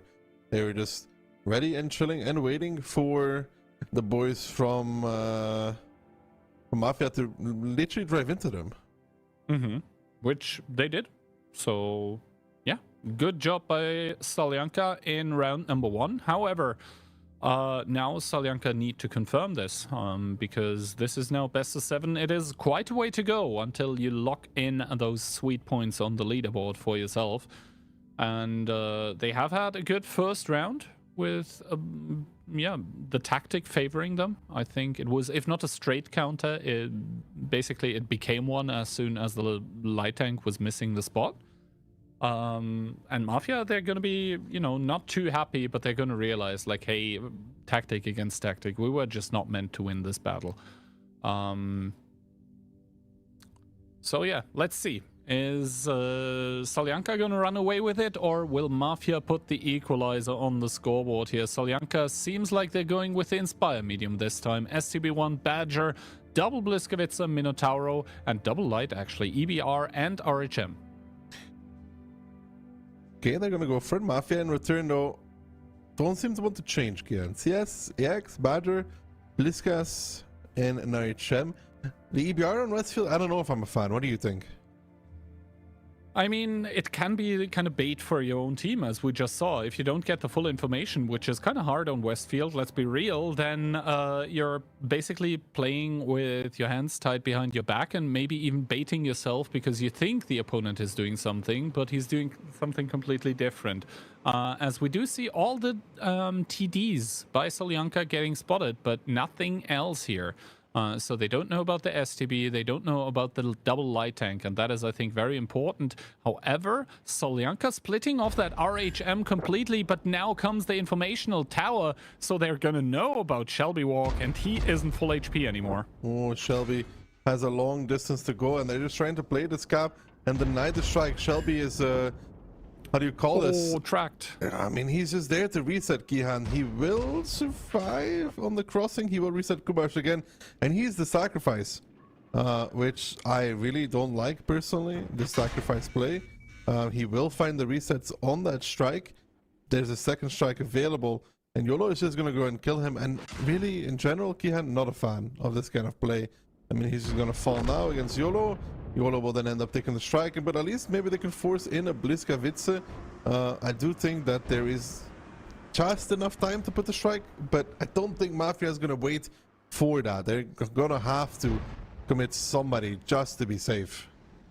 Well, let's see what exactly is going to happen. 2 seconds on the cap here. Does the strike come in? Oh, Viksha with a peek that he shouldn't have done because the strike was actually too late. Viksha possibly throwing the round in his SCB, but Marcel in return is getting absolutely shredded here. Viksha to pick it up actually, but was that peak worth it is the question, because Mafia at this point in time have 3 if not 4k HP advantage, and the cap right now is not that pressing actually. Keep in mind that Mafia do have that CS63 with currently 2 charges on his baby strike, as well as another reset comes in. So I'm not sure here if that peak was worth it from Viksha. Xank now taking damage from behind. He's left to his own devices in that Badger, getting picked by Conrad. Barkas is blocking. Something needs to happen here for the side of Solyanka. They're gonna do something, but they're down on HP by about 4,000. They're gonna try and peek Barkas, but Barkas is ready and waiting. He knows this is coming. He is ready to receive. But I want to go back to Kihan to when the Badger went for the cap. I don't think he would have made that at 2 seconds. No, as I said, the reset came in by Viksha peeking over the top, taking 1k to the face, but even 1 point of damage would have been enough at that point in time. Barkas now with not the best of trades, but doesn't matter at this point in time, arguably not. Shokorix here, another good shot in towards Profuse, but in the sidelines is that Centurion Action X, providing free stats for everyone and providing DPM. And yeah, sorry, not Mentis. Vladislav is on the lower side, gonna get YOLO in return, so the light tank battle is gonna go into Solyanka's favor, but not a whole lot else. Mafia are going to pick this one up. Well, not cleanly, they're gonna struggle a little bit, but man, that peak by the STB, I hate calling out single players but like this, but actually this peak might have cost them the game. Yeah, I think they really just wanted to, you know, get ready to push off. But I really don't think the Badger would have made that in 2 seconds. Yeah. So yeah, this is going to be a very close but good game if you're a Mafia fan, because those just capped through. So the final scoreline is going to be 1-1 here. And that is going to finish off Westfield, and Mafia must be happy with that win, because that one was far from guaranteed. I do agree with you that I don't like the RHM to be split off, but I think he survived longer than he possibly even should have. Yeah, I just really hate sacrifice plays. I'm very much not a fan. Unless you're guaranteeing that you're going to win the game off of it, you're really playing 6v7 for the whole game. And I don't like it. I feel like it's almost better to just like try and make a YOLO over push and pray for that, and hope for the sacrifice to work out. I mean, first of all, let's take a look at the damage numbers of the game, as those do come in, and we do see that, yeah, in the end, not a whole lot of damage done here by the team of Solyanka. Yes, the one Badger working out, but all the rest, well, lagging a bit behind, you could say. And on the other side, YOLO, I mean, getting a lot of damage done, more than I thought in that RHM. I mean, a lot of that is on Shelby in the beginning, though. Yeah, true. Can't forget about that part. I mean, look, Shelby does 968, and then your favorite tank, the STB, does 1.1. I also don't like the STB. Yeah, me neither. I'm not a big fan of that tank. Alright, so that is Westfield 1-1 for you. And we are now headed towards Pilsen, a map that we have not seen yet today, but it has actually been played quite a lot. And I have to say, like, I wasn't the biggest fan of Pilsen personally, heading into the Old S, but now that I've seen quite a few battles, I have, like, it has grown to me a little bit. Because teams can do different kind of stuff, different openings, really force the reactions. But the thing is, when those reactions by the opposing team then are done well, which is not a given, far from it actually, then it can also fall apart. So it's all about the angles, all about the reactions, all about that middle of the map. And meanwhile, you cannot neglect the outsides either, because they are so heavily populated with like strikes and other points of interest. So yeah, I think Pilsen is like a very closed off area of play, but at the same time, it has a lot of cross dependencies to everywhere else on the map. Kind of depends on how the teams want to play. We've seen a lot of cap plays now, field plays. We haven't really seen too many through the middle anymore, which was kind of meta at some point, just push through mid. But between Mafia and Solyanka, I think normally we will see more field between these two, where both of them try to challenge for that, especially since there was a strike at it there this season. Yeah, exactly. That field strike, I think, considerably shaking up the meta, simply because, you know, playing the field doesn't auto-lose you the game anymore when the strike in the factory gets denied by the capping team, because now you have that outside possibility.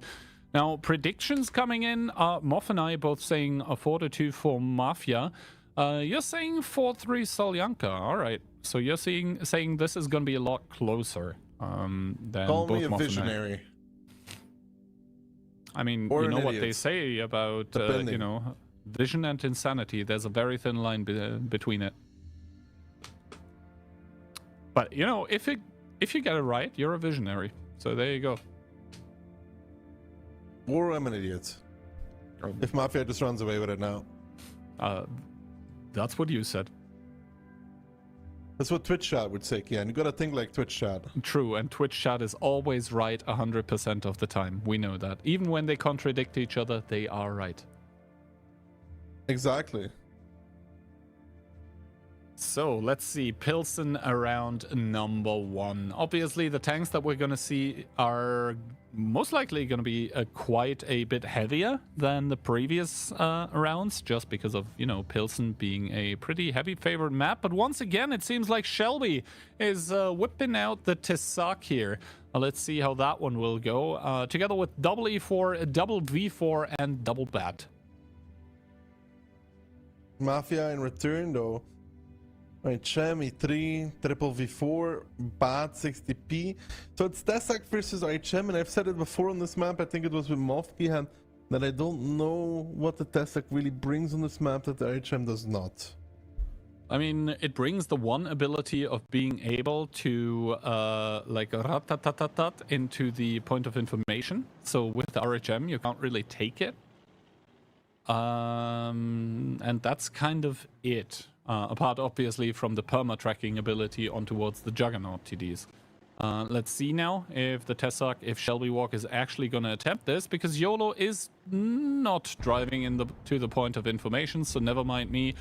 He's probably going to drive over towards the strike, as Shockerix and a second 2684 are going to drive in towards the cap, but as Marcel is already taking the Archie strike, that shouldn't be too dangerous for the team of Mafia. Now, Mafia has 2 strikes available. They have the mid strike, they have the eastern strike. Looks more like a bait from Solyanka than anything else. Getting that double V4 to eat all the damage, eat the strikes.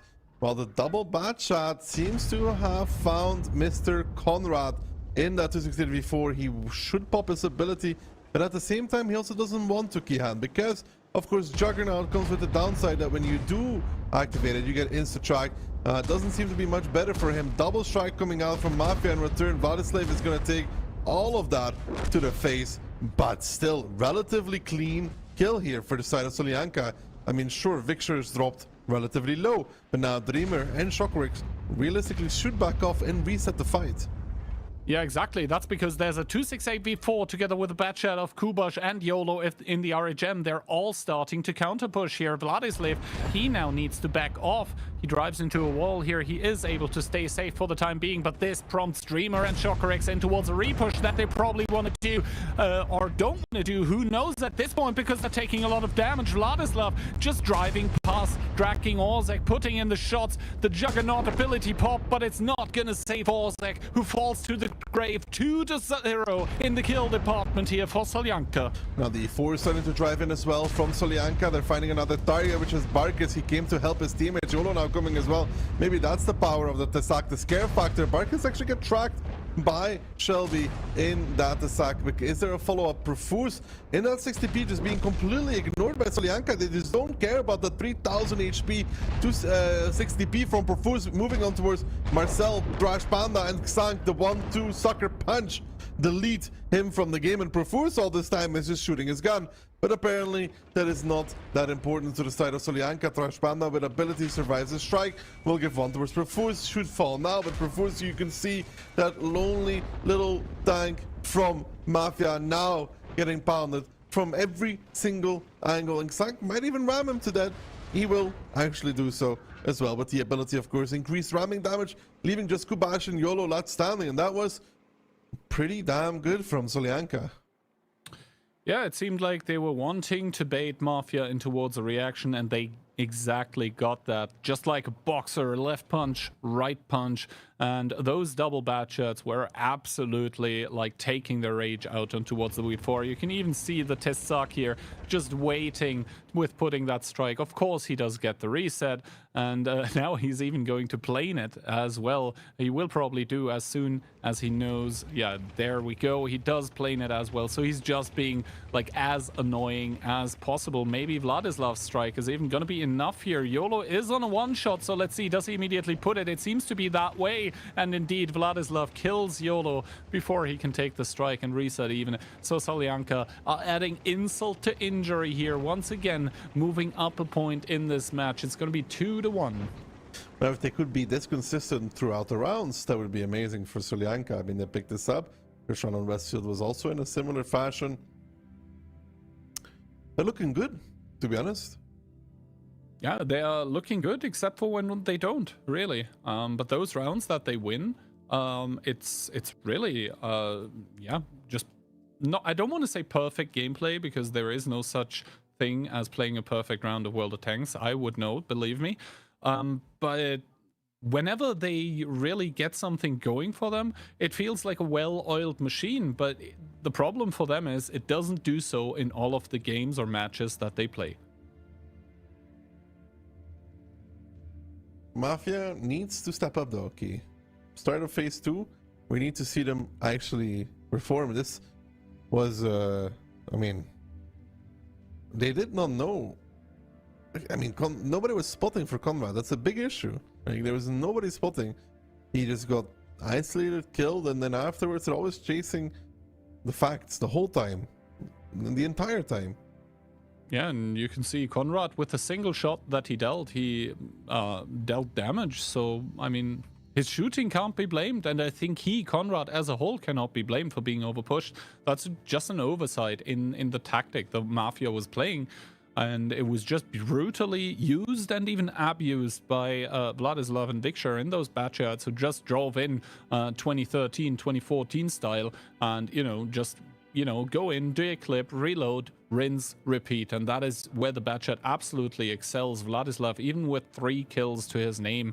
And yeah, just perfect round here for Solyanka. And for Mafia, the question is now, can they stop this? Can they stop those rounds from Solyanka whenever they are playing out of their mind well like this? They don't need to do that when Solyanka is having one of their weird rounds, but like those rounds where Solyanka is popping off, it seems like Mafia doesn't have an answer at all. You'll see. Do you believe Solyanka match point key? From what you see, I feel like so far Solyanka might just be the better team. It looks like it in this match, and I think throughout the course of this match we are definitely going to see a Solyanka match point. I don't want to commit myself yet whether they are going to convert it. It depends, I think. Like, if they get the match point now, then I think at some point Solyanka is going to win the match. If they don't, and if Mafia even it up again, then it's anyone's guess, in my opinion. So now we've switched the sides. Solyanka is going to be playing from the north, Mafia from the south. I mean, I was right at least about Mafia liking to play field. Potentially Solyanka switching it up now. They've done some camp pressure. They could go for that again. They could go field. Many options. Many options indeed, and that is why Pilsen has really like grown on me as a map, because I thought it was like fairly one-dimensional, but it turns out like the amount of angles and also the size of the map make it like pretty good for different approaches. And now it feels like, you know, a tank that hasn't been changed but kind of fallen out of fashion. Fosh B being picked by Kitsunk. It used to be like super meta. Now it's kind of an off meta pick. Double Batchat to go with it, double V4, 1 E4, and Shelby Walk once again with the Tessak. I mean, if it ain't broke, don't fix it, right? I mean, the Fosh B getting picked way less, but more about that later. BZ, Bat, triple V4, E3, and an IHM for Mafia. I mean, the Fosh B key hand, it struggles in this meta, because now it's playing against a bunch of TDs, where it really struggles to convert its clip into meaningful damage. Yeah. Simply because of the incoming damage reduction, all of a sudden that means your clip is way less useful. First of all, though, triple 268v4 into the cap, and they're going to see the broadside of Dreamer. That's not what he wanted to see. Takes 1, takes 2, make that 3. Didn't even have time to activate Juggernaut, or it ran out. That was a lot of damage taken. Solyanka, however, they do have double strike up and available as YOLO with kind of a weird combination here against Victor. He does get the reset on towards Shelby Walk, and this means that Shelby Walk maybe won't even be able to strike. Victor now taking out his rage on towards YOLO. Is he going to get the pickup? The Tessak does shoot here. Victor trying his best to kill the RHM before he can reset, but he actually is not able to. So this now means that the cap is on. Dreamer in the middle of the map is able to get the strike here, however, and it seems like Mafia have abandoned the cap. They have abandoned the cap because I think it was a Xank in the Fosh B that came around that corner and reset, but at the cost of his life is what it looks like. Dreamer in the middle of the map, not doing too much better. Xank is going to try and back around that corner, hopefully get his ability back. It activates just now, I think, so he's going to be popping that, but I think Barkis is going to put him down before he gets to heal. And now Vladislav trying to run as well, trying to evacuate the area. Mafia currently up 3k, and that reset from YOLO Kihan ended up being crucial after all. It really forced the boys from Solyanka to get in and dig deep to get that reset, and now they have to play with an HP deficit as well. They do have a light tank available, so they need this game to last as long as possible. Indeed, good shots here into the V4 of Conrad right now, who did overexpose a little bit. Shokorix almost reloaded here, but Perfuse with the shot down coming through on Dreamer, one of the star players of Solyanka, just getting eliminated out of the game. So Mafia are going to play with a gun more, probably even more like 1.5, because that Tessak, yes, it does have even 2 guns, but they count for, well, not even a single one if you're talking about damage output. And now Solyanka, they do get the point of information. That means they're going to know everything for the time being, but we also know everything, and we see that it's not looking good in the HP department. No, the cap has been started now as well, which is very heavily covered. They have middle of the map, they have the cap, and this round, yeah, it was decided by actually the sacrifice working out. YOLO resetting the strike, I think twice, worked out for them. So clutch plays here by the Rheinmetall, but it isn't over yet. First of all, Vladislav in that bat chat is going to get the information for his team. They're probably going to pop it when the when the cap is a little bit closer to finishing off. Victor now getting once again yet another strike. Marcel is probably considering, do I want to go for this strike as well? But for now, the answer is no, and I think rightfully so. There's still too many Solyanka tanks, still too many angles from which those could peak here. Conrad once again behind the rubble here, but I think he's learned his lesson. He's not going to drive on top of it anymore. Yeah, I don't think so either. But look at the Tsaak taking K-line. They need to actually strike the cap though. And they don't have that much time left. They will find Barkis, but that is the wrong target because Perfus has all the cap. The second strike coming in. They actually have 2 strikes available. Will find a target as well. And Orchak now getting tracked, getting held. That's the Tsaak again. Kihan, maybe the Tsaak is that good after all. He tracks Orchak numerous times. Can they get the kill on him as well because of this? Vladislav seems to be doing the same thing, just tracking that man over and over again. But now there's going to be a bad shot looking for that Tsaak. But this has turned around, Kihan. With that Tsaak flanking around, but now Shokorix though in trouble, needs to back out of this position. Conrad on the side as well, needs to actually get all the way back behind that rubble pile that you see on your screen. He is going for that as well. But now it's playable though. Very, very playable. Indeed, very playable because Shokorix made the correct decision to completely back off here as well. And Mafia, yes, they now seem to have more tanks in the fight, but that is because they have abandoned the cap here. And to be honest, like, they don't know anymore at this point in time where the Tsaak actually is, because yes, it was shooting on towards the E3, but that was some time ago, and the Tsaak, being a light tank, can start rotating. Now, we know that he is still there, but that is not the information that Solyanka has. Another strike here getting picked up by the team of Solyanka. Let's see if they keep it or if they will actually commit it on towards one of the possible low HPs. Orzek here, 572. That is a very short amount of time that the Tsaak would need to finish off the E3 if they decide to actually use the strike to make him low HP. But as the cap once again does start to tick up, I think that is going to be the safety, the fallback net here for Solyanka right now, to just keep that strike in case there is something urgent, as Trash Panda takes a lot of damage, but Conrad, the same thing can be said for him. He does get backed into a corner. Barkis as well, not with the best of trades. Maybe they're going to be able to finish off Shokorix with a strike if they have one available. Actually, that's exactly what happens, and Vladislav is now going to try to finish off Conrad, but having slight problems here with penetrating that V4 here. He needs to make this shot. He does, but from the sidelines, there is another bat shot that is shooting at him, as Barkis and Kubash with the quick double kills of Vladislav falls as well. 2 tanks remain. Disaster for Solyanka. Yeah, I don't think that was a play for Solyanka, actually. They tried to repush that area, but it was not what they wanted. They could have pushed up an Orchak kind of for free and even picked up the kill for free, Kihan, if you look at it. He was no longer spotting the G line. They could have gotten bad shots close. They went for the north, which arguably is the harder side to push. They knew there was tanks there for the side of Mafia, and they kind of ran into them. They kind of did, right? And now Marcel here is going to come in. He's going to have a big smile on his face as he adds insult to injury once again. Ooh, the Tsaak. He does see the E3, and the E3 actually does activate his Juggernaut ability. Maybe not the best idea against the Tsaak, but the Tsaak doesn't have the damage in its clip. 19 HP remaining for Orzek, and Shelby can do nothing but stare menacingly. Sometimes 19 HP is just all you need, Kian.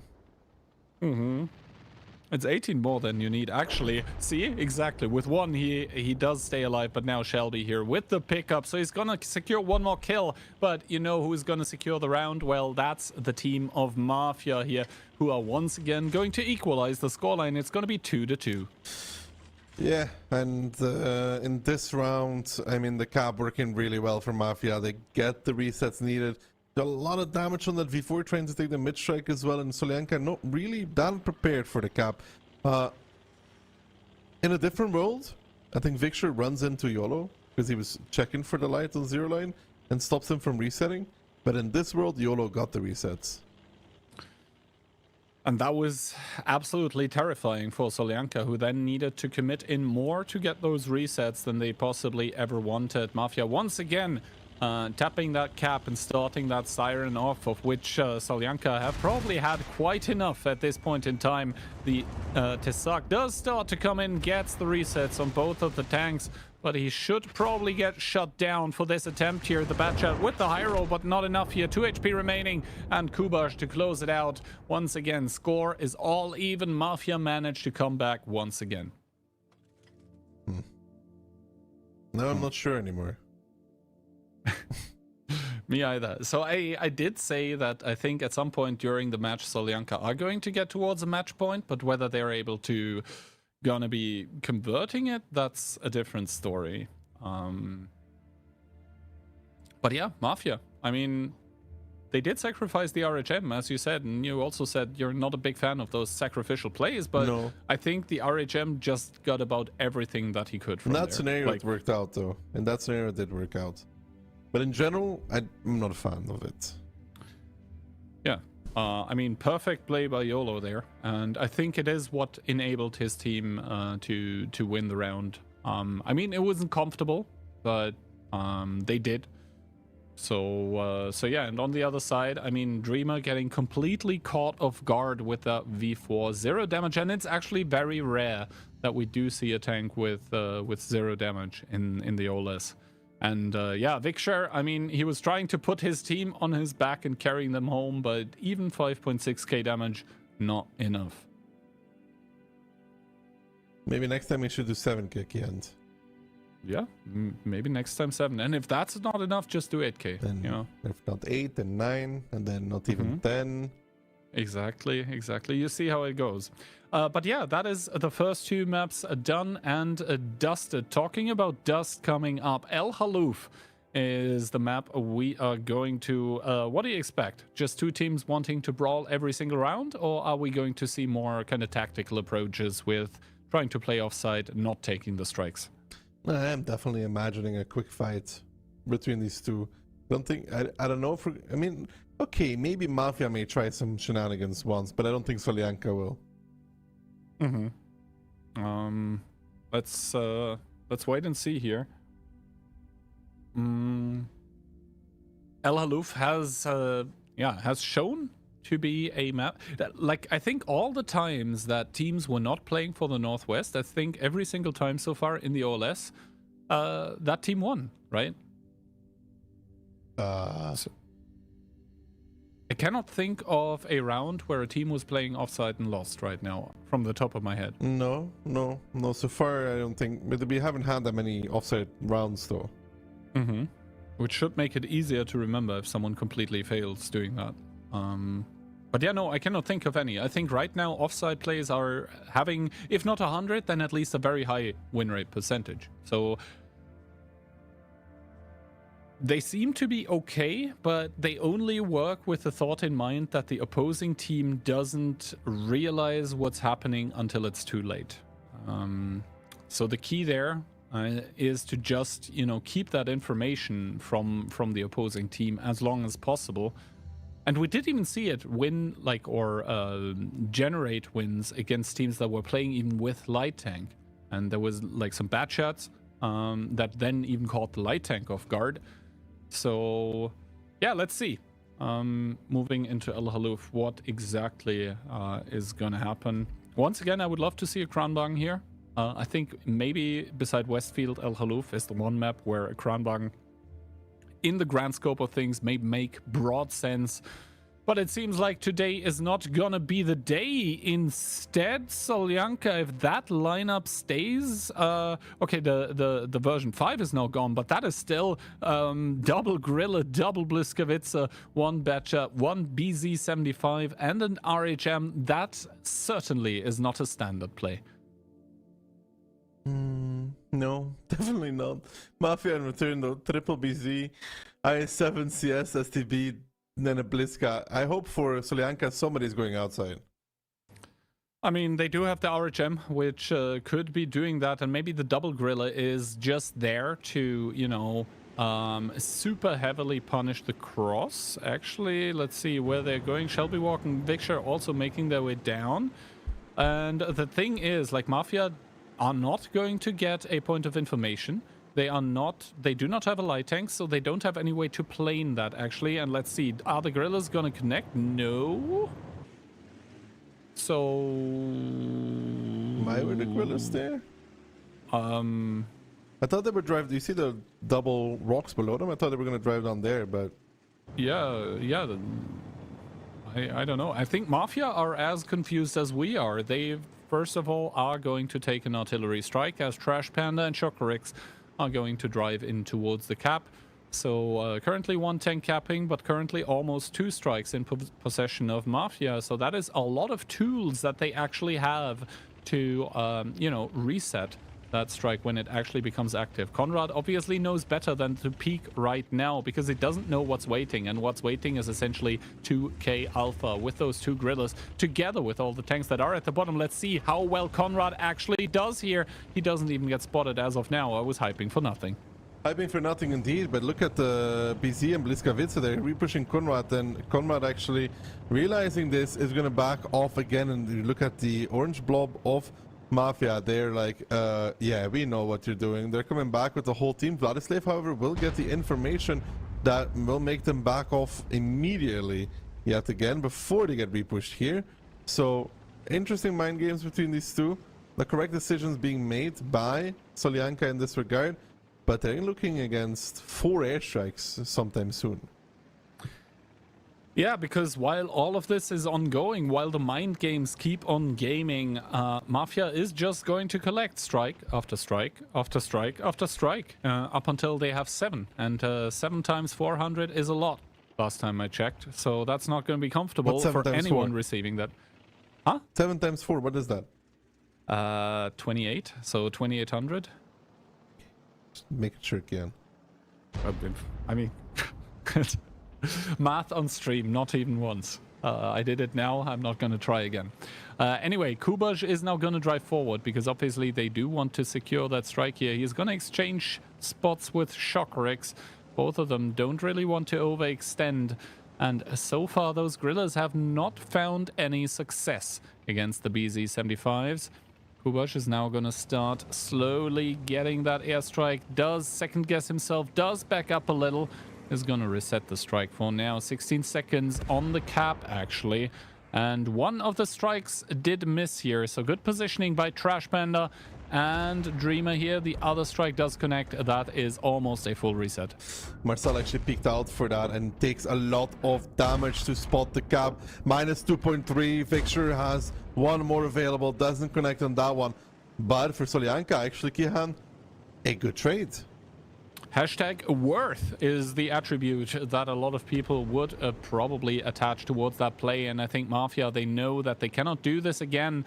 This is why instead now they're sending YOLO through the upper side. Another reset does come through here, as I think the team of Solyanka are sensing that maybe Marcel has bled too much here. That little hit squad of the BZ and the double Bliskavica is going to make its way up here as Marcel takes another shot of damage. Good shot into Trash Panda here, who is all of a sudden going to find an IS-7 in front of him. But look what's behind that IS-7. It is Victor with a steel chair and 5 shells loaded in his batch. Starting to unload, but in comes Ozek with that STB. Yeah, Orchek coming in with the STB. I mean, Trash Panda does 1 more shot. He may even try to boost out of this scenario. Shockryx and Dreamer will be forced to back off yet again towards the cap.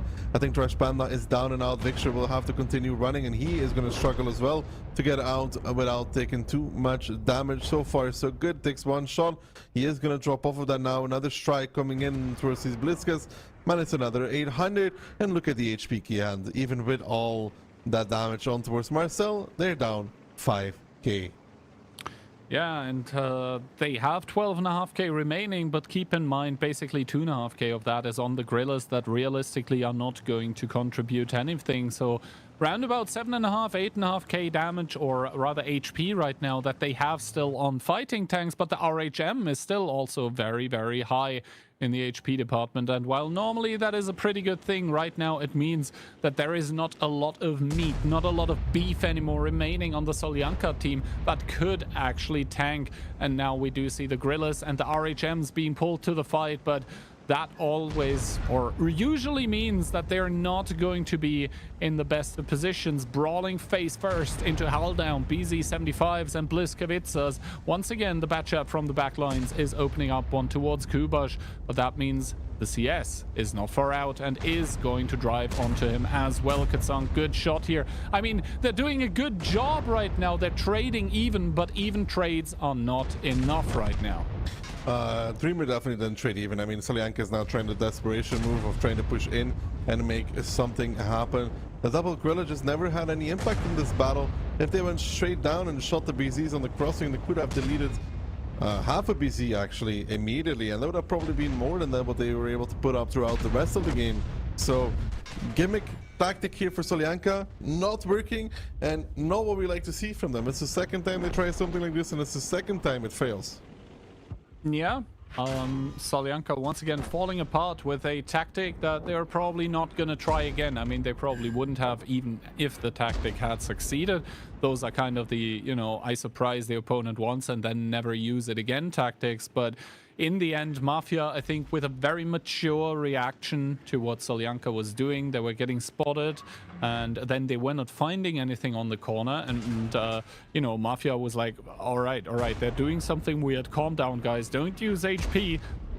Let's see what we're up against, and then let's just beat them with the better tank picks that we probably have. Picture now the last one falling, and it's actually going to be Mafia to put themselves on match point. First time this match. Yeah, before Solyanka even. And yeah, I don't know. This outside tactic, okay, one gorilla, sure, but two gorillas is a little bit much. Yeah. Kihan is also a one gorilla enjoyer. I mean, there has been, you know, one round in this OLS that has been won by the double gorilla. I think that was Clueless on Cliff. But as we all know from the map guides, Cliff obviously has a lot better positions to use those gorillas from the base than El Haluf. So I could see where Clueless was coming from there, and obviously they rewarded themselves. But to get back onto the round at hand, yeah, Mafia, I think, just recognizing that something weird was happening and then not throwing the advantage that their lineup was netting them, I think is the best way to put it. Picture did a lot of damage though. Once again, I mean, we said it last round, if 6k isn't enough, then maybe 7k is enough. But yeah, no, seems like he needs to do 8k. And if not 8k, then 9k. Not even 10k. 10k, not even 11k. When is the last time you did 10k Keyhand? Back in my day. I think I was playing Frontline pretty recently. That doesn't count. Oh my. Unlucky, isn't it? Oh my. We really have to start digging deep, I guess, huh? Anyway, I think Solyanka will also have to start digging deep, and not for those shenanigan tactics, but just to straight up beat Mafia, because if they don't in the coming round, then Mafia is going to take it all. So realistically, first of all, the first time that we have this situation, actually the second time that we have the situation, a team on match point here, that means that Mafia have secured a point already, and they are looking to quadruple that score. True, looking to pick up the first 4 of the second of their second phase. For Solyanka, it's a little bit disappointing. Maybe less gimmicks and more just regular rounds would do them wonders, because they looked really good in the first half of the match. They had him in the first half, not gonna lie. The second half, however, has had the Mafia name all over it. And let's see if that continues, because as we said, one more misstep here by Solyanka, and that would mean that they showed up today without taking anything home. I think they want at least one more round to get 1 point on the board from getting the tiebreaker, and from there on out, I mean, tiebreaker, it's anyone's game. So for Solyanka, I mean, if you're holding it with them, you hopefully hope for them that they're not trying a gimmick once again, because Mafia, they're not shaken by those tactics. They don't get surprised. No, they're not surprised. Will Mafia now potentially go for an outside play themselves? Huh?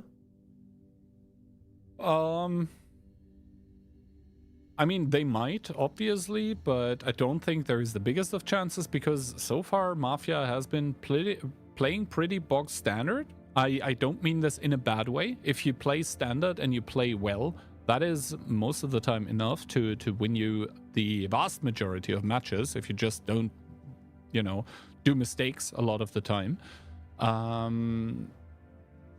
But in the end, we'll have to see if Solyanka are able to just beat them straight. I mean, Mafia might go for some weird plays here, but I don't think they're really the team to do that, to be honest. Like, they didn't seem like it, at least today in this match.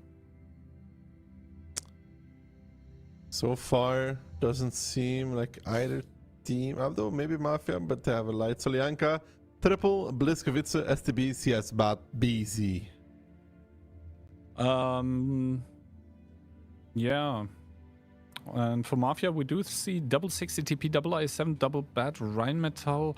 That is actually a pretty slow, like, it feels weird to say, but it is a pretty slow lineup. The double bat shot can obviously boost the double IS7 if they want, but like 60 TPs, even with purple turbo and the field mod that gives you more speed, that is very slow for Northwest El Khalouf. So we'll have to wait and see what exactly they do. And meanwhile, for Solyanka, they have 7 mobile tanks, to be honest. They do use the light to get the information. Refuse to bait the gap. Even Xank looking for a shot. Needs to be careful not to get baited. But yeah, it's again outside control. Xank needs to be careful. Takes a big one there from a 60p, I would assume. YOLO trying to steal the strike. Not this time, buddy. Shelby has no business with that stealing of strikes. He will be claiming his forever and ever. Helpy doesn't have a medkit or what? I can check for you momentarily, but first of all, I think it's also noteworthy that I think the batshot of Solyanka is kind of caught on the outside there. Vikshare, not sure if he can still leave, because that is double batshot that is actually chasing him. And on the other side, I think on that A line, there's actually a push being formed. That is the Bliskovitzas, the Assault TDs, driving forward as the batshot of Vikshare gets found by Conrad here, and Kono as well. So K&K coming in against Vikshare. The shots starting to rain, and the rain turns into hell as Vikshare is down and out. Yeah, Vikshare getting caught out there in his batshot. Not what you would want to see. The triple Bliskovice now seems to have picked Barkis as their target. He gets triple blasted on the way back. Potentially should have stayed in position to hold, and it does seem like Solyanka is just going to simply return the favor. Losing a gun.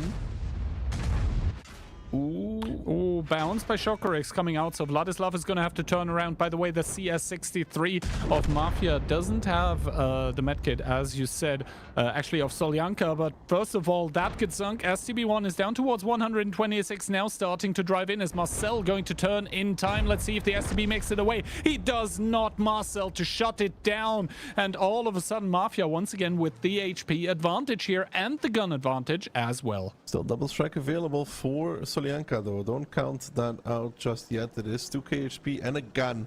This is a more important factor. They're trying to repush A-line now, leaving one of their Bliskovitzes actually just behind on that A6 position. He's just going to get repushed and die now, and currently Mafia is toying around with Solyanka. I mean, they're just finding opening after opening. Now it's Vladislav left behind. They need to find something of their own making for the side of Solyanka. They're going to strike Marcel to deny that, but Kono is just running away. And Mafia in the second half of this matchup is just showing that best of 7 is their jam after all.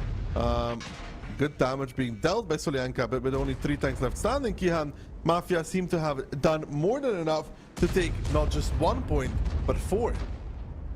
Exactly, Mafia are going to double down and quadruple their points here for this match, and Solyanka are going to be left empty-handed. They did get a good 2 rounds in this match where it really looked like they could bring the hurt to Mafia, but in the end, the team of Mafia just too mature, just too experienced to fall against, let's say, sort of those gimmick kind of tactics that Solyanka was bringing. They were trying to play cheeky, they were trying to play like off meta sometimes a little bit, but Mafia just good reactions, well-timed reactions, good calls as well, not falling for it twice maybe, but in the end 4-2 the final scoreline. And once again, after the first match today with this second one as well, I have to say, I think it's deserved. Mafia just played plain better. I don't think Solyanka, with the stuff that they showed us, would have deserved the tiebreaker point today. You know, in the beginning they did, but then, you know, another shenanigans rounds. Mafia also played outside, but they played outside in a different way. I think in a more intelligent way, even using tanks that can actually play the outside, but not just that. Exactly. So we do have the damage numbers coming in, and first of all, Orzek ending up falling to the grave, but doing so 888, perfect stuff. Also Conrad 13, 13, 13. I mean, yes, the Batchet gun did get buffed, but that is still absolutely crazy. We saw in-game in the first-person view, the aim as well. He was just placing his shots perfectly, maximizing the probability to actually deal damage, and that's what you want to see by your players. And that was basically picture perfect, the same as the gameplay that we saw out from Mafia, coming out in at least 4 of the 6 rounds that we just saw. And yeah, as I said, Solyanka gonna get sent home with 0 points. Meanwhile, Mafia do take the full 4. The full 4, and they're going to be very happy with that, right? They don't want to give up any points to anybody. Solyanka, it's going to be another devastating loss for them. But for them, everything is still possible. It's just they got to sit down and think about what they did wrong, focus it up for the next time, and make it better. But potentially the highlight of the evening is still waiting, Keyhand. It is Cashback versus Hit and Run. A clash at the top of the table. Indeed, Cashback versus Hit and Run, and that's going to be an absolute cracker to watch out for, because I think both of those teams do have a lot of fanboys, and both of those teams deservedly do so. And yeah, they are not going to give each other an inch of ground if they can avoid to do so. It is best of 7 once again, so it's not going to be one of those quick affairs that we had in the phase number 1. So I think the best match of the evening indeed is up and coming. I do think that that match will deliver, hopefully. If we get the Cashback that I know we are capable of seeing, then yes, we will definitely see some absolute stellar gameplay. And if the Hit and Run is showing up as well, then this match could really turn into a juggernaut. I mean, so far we haven't seen a tiebreaker in best of 7. That is something we are missing yet today. But honestly, scorelines were 4-1, 4-2, so maybe the 4-3 now. Who knows? That remains to be seen. I mean, right now I'm waiting for the green light to send all of us off, but before we go to the replays, I think it's once again time to talk about the drops that we have lined up, because I think there is never a worse or never a better time actually to talk about all the content that's coming. And obviously today is going to be one of those days again with 4 drops for everyone. The same thing is going to be happening on Thursday, then on Sunday 6, and then on the Tuesday next week we start going absolutely crazy. It's going to be triple the amount of normal weekday drops, double the amount of weekend drops, 12 in total. And that being said, that was quite enough yapping from the 2 of us. Let's head over to some replays.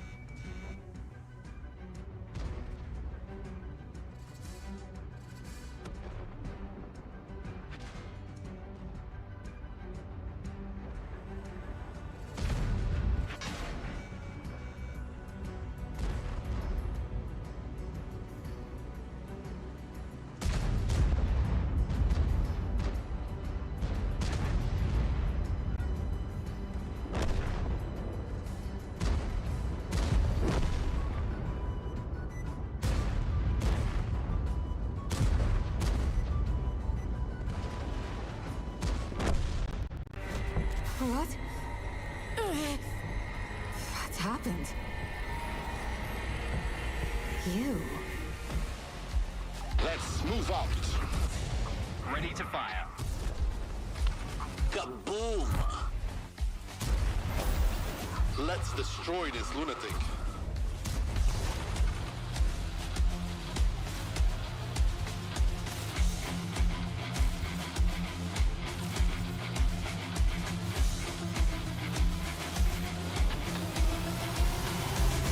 He's back.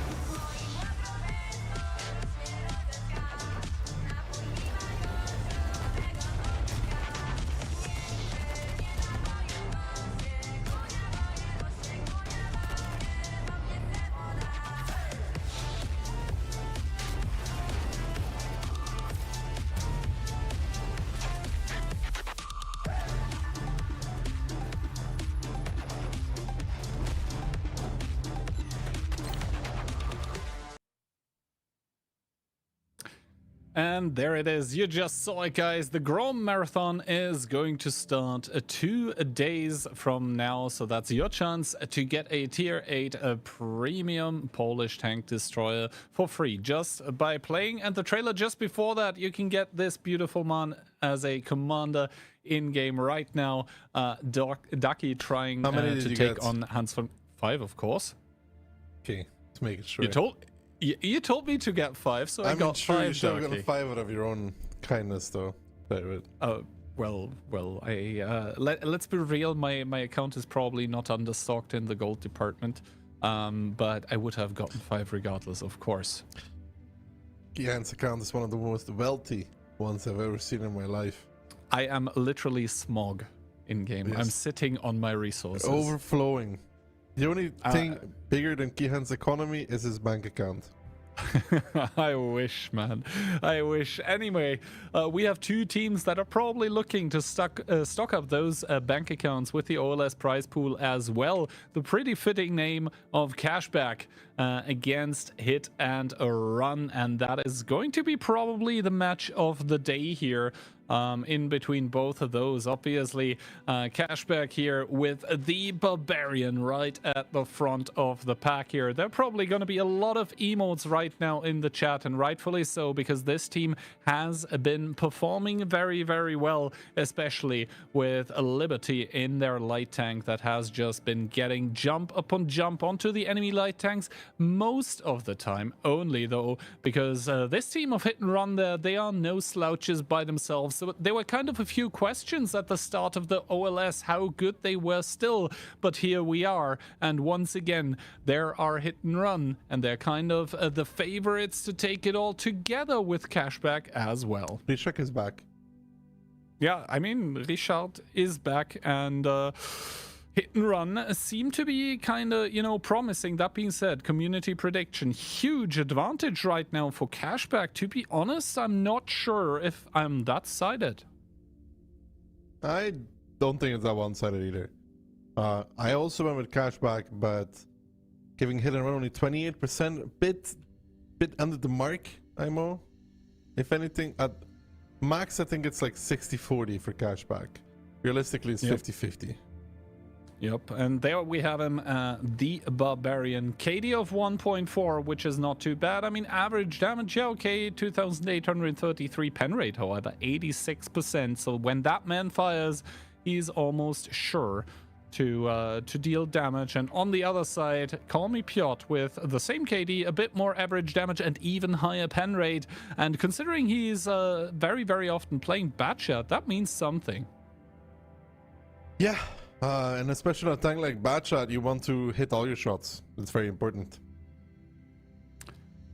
It is indeed important. Now into something important as well. Map pick and bans Westfield and El Haluf getting eliminated respectively. That leaves, first of all, Studzianki and Cliff to be played. All right, Cliff is going to be very interesting. Airfield and Ghost Town then being removed. Morvanka, the map number 3, Pilsen taken out, leaving Ensk as a possible tiebreaker. All right, I hope we get there. I would like to see some Ensk as well. Maybe some more Tesak, huh? Coming up for us. I wouldn't there. mind. I wouldn't mind. Liberty has been playing beautifully, not only with the RHM, but also with the Tesak. First of all, we are going to start off, however, on Studzianki. We saw it once today. And to be honest, the team that was playing with the head through the wall approach completely got stomped. It happens. Sometimes things don't work out in your favor. However, between these two, we may see some interesting styles. Previous time, when they met in Phase 1, it was 2-3 in favor of Hit and Run. Cashback looking to beat Hit and Run in Phase 2 and take that extra point. Yeah, exactly. And I think the Phase 1 score outlines where we are between both of those. It is a fairly close matchup. At least it should be on paper. I think if any team here catches a bad day, then the other one could run away with it. But normally both of those teams are preparing for those days here and should have something up their sleeve, like emergency plans, even if something goes completely awry, like to hit them with tactics that the other team completely didn't see coming. So yeah, hopefully we're in for a banger of a match. As we said, we're gonna start off on Studzianki, and into the match we go here already. Hit and Run, they're playing with, alright, some in-your-face CDs, so 3v4s, 1e3, but then Inspire Medium, Udas 15-16, a Leopard 1 being played by Rishek and Ketsai with the CS63. That's a pretty versatile lineup. Yeah, a little bit of everything. Cashback then though, nice 7, a K91, triple, no. Make that double V4, 1T50s, make that triple V4. You know what? Make that quad V4 after all, with double Batshot and a Foch B. Yeah, there was the K91 being hovered, for example. Not sure how exactly you would play it on Studzianki, but now they do settle for the triple autoloader quadruple Juggernaut TD. And now let's see both teams obviously without a light tank. That means information is going to be few and far between at the start of this battle here, as Squeezy is going to book it towards the A6 position. Little immediately driving in with that Batchat, kind of getting confused here a little bit where he got spotted from. That maybe was the Leopard 1 on the field that currently isn't spotted. How did that come to pass, as Squeezy does get pushed by Ketsai here, who has bitten off more than he can chew, down to 1400 here. Squeezy still has a lot of shots here, Little as well from the sidelines, but in the meantime Little is getting pushed as well, barely gets out alive. Never mind Piotr to shut it down. First blood for Hit and Run. First blood for Hit and Run as Little gets absolutely deleted, but now Barbarian inting on towards Piotr. Hopefully it's a successful int, not a bad one. He will do his last shot of damage. Squeezy finding Ketsai, has one more shot available. He will then reload and potentially be able to pick up the Udas. Of course, the Batcha with full ability reloads rather quickly. Aka, no ability available for him. He is going to explode to the Hit and Run squad that is currently all in this location. Leo from behind as well. Panzer Fury to pick it up. And it even looks like Aka is not going to find the kill on Piotr whatsoever, even bouncing numerous shots. He falls to Piotr. I don't think he even did one. And Hit and Run in round number 1, looking dominant. All the action just exploding, but they're actually making it work. Yeah, indeed. That was very aggressive from Cashback, but it seems like Hit and Run have all the answers needed here, as Rishek and Rexa are double teaming on towards Twilight. The strike should be enough to pick it up. Indeed, Rexa with a nice body block to keep that enemy V4 in the strike, as Iset falls to the grave as well, and Liberty for once not in a light tank. He will try to do one more shot of damage. Not sure if he'll be able to get it. Indeed, he won't, as Rexa shuts it down. Hit and Run in a fury round number 1 are going to pick it up here, and they're going to kind of stun Cashback. Honestly, that was a crazy fast round from both sides. Both sides trying to play hyper aggressive, but Hit and Run just making it work a little bit better. Blowing up Little was very important there. He just really got hit by what it looks to be everybody. He thought it was going worse for Ketsai, but then he saw Little's HP just disintegrate. Yeah, Little's HP just, you know, at one point he was full, and then you don't look for 3 seconds, and all of a sudden he's on one shot and gets picked up by Piotr. So, and he didn't even have the best of games. He, well, I guess the most positive thing for him to be said is that all of the shots he hit and penetrated, with the little caveat, obviously, that it was only 2. And on the other side, I mean, Barbarian, yeah, they basically felt pressured in towards that all-in push. And Ketsai, I mean, same story for him. 2 shots fired, hit and penetrated, but the rest of his team was just able to do so much more. And Rishek, with that Leopard 1 star player being rotated into the roster, immediately top damage for him. He's going to be very happy. He's going to be with them in China as well, Kian, so we're going to see him there. Unbelievable. Looking forward to that, and looking forward to more plays by Rishek, because honestly, like the Leopard 1, it's such a nimble, such a fragile tank, but it seems like Rishek was just able to make it work, consistently being around where the damage can be dealt, and that is not the easiest feat to do. You know, Kian, a light just went on. There's not very many lights in my head that go on from time to time, but this was one of those moments where, again, if the viewers have recommendations to me where I should take Kihan to get some real spicy food, feel free to whisper me on Twitch, Twitter, Instagram, literally anywhere. I'm taking recommendations. I'm putting down like a short list, right? Just throwing it out there. Very unsurprising that you're putting together a short list. Anyway, predictions by the casters coming in, and well, actually Moff and I are saying it's going to be rather close, 4-3 for Cashback, and you're saying they are going to be taking it 4-2. Obviously those predictions were made before the match started, and now that we've seen this round number 1, I'm kind of second guessing myself here. You're second guessing yourself? It's a bit early, no? You know, the ability to recognize when you might possibly making mistakes is a very, very important skill in World of Tanks and in life, and it's never early to start that. That was very inspirational. You should become like one of those Instagram motivational people, you know, or like quote of the day. You wake up in the morning, means you live another day. Wake up in the morning feeling like Piotr, who is in that. Cut the tape, dude. Cut the tape. We can't do that anymore. Who is playing the MVY, as it seems. So we did see it once on the last day of phase 1 of the OLS, where it ended up not really working out. We do have Ketsai in the Minotauro. Together with a WV4, 1 STRV, 1 E3, 1 EBR. Ducky, that is a pretty strange lineup for Studzianki, but Cashback, they also have some bangers up their sleeve. Yeah, double Yak Panzer HM. What are you? Bat, double 277. Yeah. All right. I mean, Piotr with that MVY is going to drive over, and yeah, I guess he's going to be able to play hold down. I wasn't sure exactly if he has the small or the big gun, but first of all, Rishek is going to find more than he probably wanted to, but luckily for him, the opponents do end up missing him. Aka does end up having to repair the track, is going to be Amarek for like a few seconds here at least, until his rep kit is back, that is. And the start for Cashback here, where they were hoping to surprise hit and run with double Yak Panzer to the face, so far not working. I am intrigued by both these teams and the way they're playing right now. I mean, Cashback takes a strike, hit and run's now resetting. The Y key hand, is this the first time we see it? It's the second time. We did see it once on Cliff, I believe, by Clueless on the last day when they were, you know, out already. So they were maybe trying to, you know, style and flex a bit.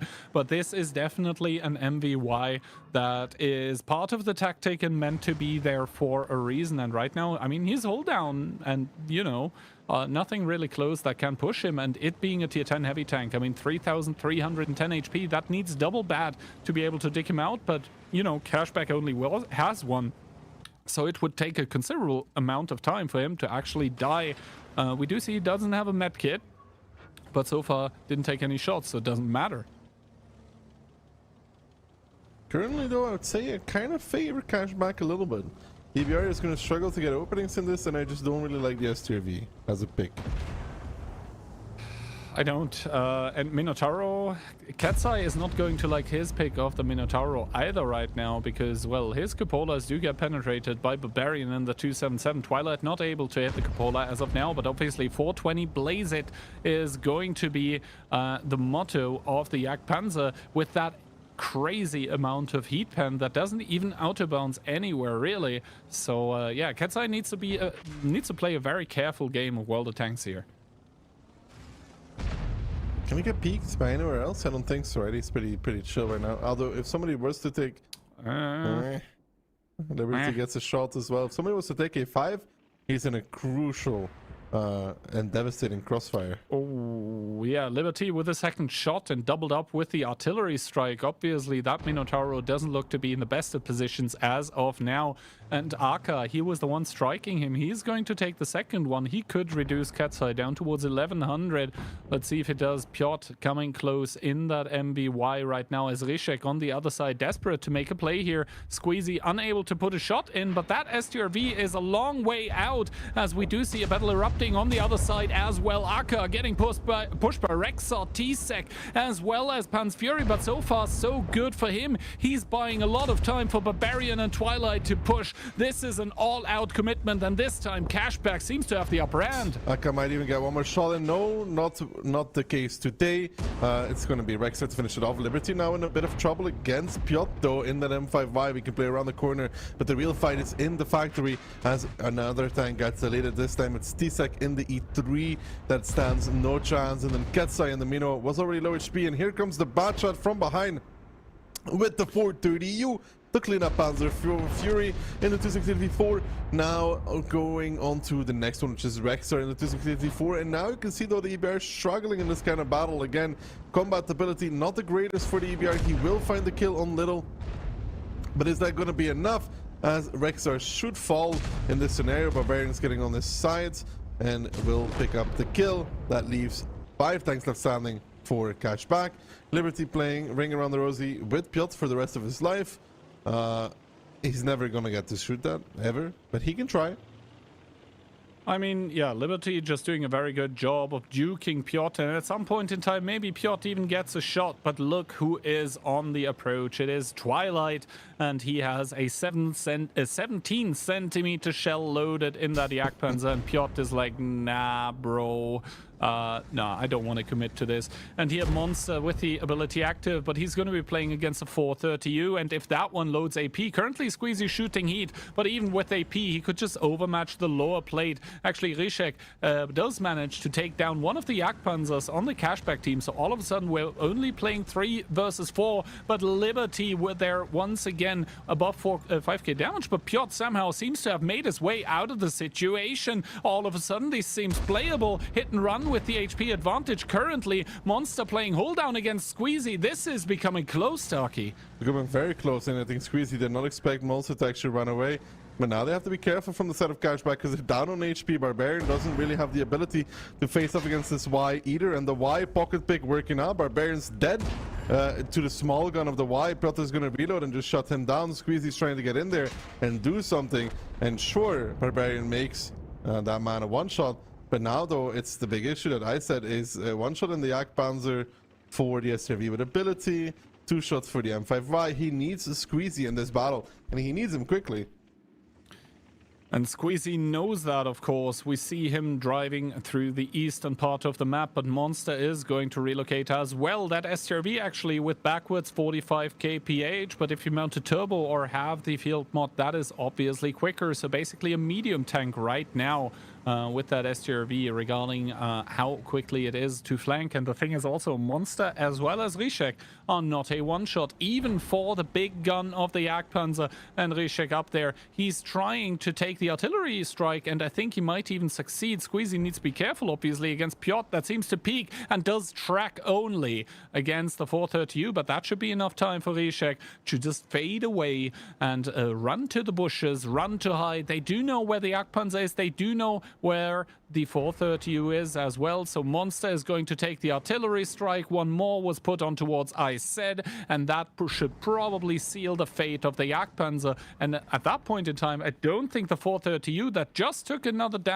shot of damage from Rishek has the damage output anymore as crazy as the damage output of the 430U even is. There we go. Monster does kill, I said, with a strike. It is a 1 versus 3, which at some point in time was a 5 versus 3. Yeah, and Cashback kind of tried to go for the kill, but sending the 430U down south, sending only one tank north. Realistically, they all just had to go and kill Piotr as quickly as possible and then just cap out, and they're always fine, right? But they split up. They were like, we're winning, and they ended up in bad positions across the board. Exactly. And now Piotr just waiting here for Squeezy to make a mistake. Keep in mind, guys, as well, hit and run at this point in time actually don't really need to do anything because they're up in kills at this point in time. Now Ryszek is going to take the spotting tower here. Squeezy is waiting for his ability, but now he does get spotted here. Takes 2 to the face, and now Ryszek with heat loaded should be able to penetrate that 430 frontally. So yeah, Squeezy left to do nothing really as Ryszek there to pick it up, playing a flawless game of EBR, and yeah, definitely a good addition for the team of Hit and Run. Yeah, Ryszek so far putting up good place in the EBR. And the Leo as well, so good addition. 2-0 though for Hit and Run, unexpected I would say, after 2 rounds. I mean, unexpected, but the way that the rounds played out, Hit and Run is just there mentally. The first one, I think very, very clean, just well played by Hit and Run. And this second one, you can't help but feel, that there were essentially 2 pocket strats going up against each other, and the double Jagdpanzer just falling flat on its face, really. I mean, Monster actually does 5.7k. I was gonna blame the STRV after the game, but in this regard, he actually paid off. Yeah, cannot blame Monster at this point in time, I think. And even like the MBY pocket pick, 4.6k, 2 kills. So making that gun sing is Piotr here. Definitely not the worst result for the MBY, actually far from it. And then third in line is Ryszek with that EBR, 3k damage. That's a lot for an EBR, together with 3 kills even. So those, you know, off-meta picks really coming in clutch for Hit and Run. And the map pick of Cashback actually also coming in clutch for Hit and Run, because they just picked up 2. Then again, Hit and Run, if there is any team that after picking up the enemy's map pick 2-0 will then lose their own map pick 2-0, I think it's Hit and Run. But I don't see Hit and Run lose 2-0 on Cliff though. I don't see it happening either. I mean, the possibility is obviously there, but it is small. We haven't really seen that much Cliff either, to be honest. Or maybe, you know, all the rounds of Cliff are just over so quickly that it doesn't really leave a mark. But it can be a very, very quick map indeed, and the possibility is there for us to be in like 10-15 minutes. Like, all right, guys, that's it. That was Hit and Run, just completely demolishing Cashback 4-0. Have a nice evening, you know. On the other side, within 10 or 15 minutes, we could be talking about a scoreline of 2-2. Sorry, anything's possible. That is possible, but it's in the same regard. In 10 minutes, we could be like, hey, Cashback made everything all even. We're playing from 2-2. Nothing happened. Like, you know, I wouldn't count Cashback out just yet. Although, with them and Cliff, I don't have such happy feelings, 100%. I'm trying to remember how often Cashback has actually played Cliff so far. There's not really that much that comes to mind. I think I remember like a couple of rounds, and that's it. On the other hand, Hit and Run, they had some good, they had some bad rounds, and yeah, it is questionable. Then again, I don't think Cliff is a map on which you can take so much like what happened in past rounds from the teams and then take it as at face value, simply because there is a lot of ways you can play Cliff, and for the opponent, obviously always anyway, or as well, and that means that, you know, reacting to what is being played is more important than the lineup per se. That being said, Hit and Run are going to once again try somewhat of a pocket strat here. That is 6 autoloaders currently, and they're not proving me wrong by switching 50Bs and Batchats here. Quadruple 50B, double Batchat, and a K91. No K91 shenanigans for Cashback though, but they are going to be playing with the light key hand. So the RHM, the Fush B, the CS, the Batchat, the double BZ, and the 50B for the side of Cashback. So a little bit less autoloader heavy for them, but it all depends. Can Liberty get a good plane out in the beginning? And it indeed seems like he does. There's only a singular Batchat that doesn't get spotted together with 150B for Hit and Run, so they know at least of 4 autoloaders here. And already they must be scratching their heads a little bit, because like normally you don't see this many autoloaders. 1, sure. 2, of course. 3, maybe, but not 6. As Rishek tries a swing at the RHM, he does miss here. However, T-Sec does take a lot of damage for this one, and the Fosh and the 50B from the lower side connect basically all of their shots. T-Sec lucky to be alive at this point. He's not alive anymore. Never mind. Liberty goes straight up and over. Deletes T-Sec from the game. The old strats, Gihan, they still working for Hit and Run. That is a disaster in the beginning of this round, and now Aka is on crossfire position, and I think that currently Hit and Run are in a lot of trouble, to be honest. They are going to repush around the hill, but double 50B will not kill Batchat CS. They cannot retake the hill anymore either. I mean, Ketsai and Rex are turning around, but they are going to see on their heads-up display that they have been replaned by Liberty, who has been taking that kill up on the top of the hill. So once again, they're going to start turning around, going to be driving towards the middle, and they have been hit, and now they're running indeed like headless chickens. Around and around it goes, and they need to find something to push upon, something to collapse upon with those autoloaders, but Cashback playing it very smartly. They're just not giving it to them. There's a BZ boosting into the middle though for the side of Cashback. Aka lets a shot go on Ketsai. Gets spotted out though. Ketsai and Vexer, the two of them. Rishak is dead. He just dies to the guys aiming from the lower side still. Skreezy will probably share a similar fate, but look at Iset already coming with the BZ. I mean, these 50Bs, they're gonna kill a bad shot. Maybe. Probably not actually. I mean, Vexer, he will go for it. He will find the kill, but this is very costly. This is a very costly bad shot. He's on reload. This game's over. Initially, Cashback just much better. Yeah, exactly. And I mean, Liberty, he must have had the farming day of his life. He gets to shoot HE into 50Bs from above and the side here. And those 50Bs on the outside, yes, they do get a Batchat at the cost of the entire game. This tactic here by Hit and Run completely falling apart before it can even get going. They were hoping for like some kind of cascade effect, you know, just clip out one tank, rinse, repeat, and at some point you can just crush the enemy with the tanks that you have.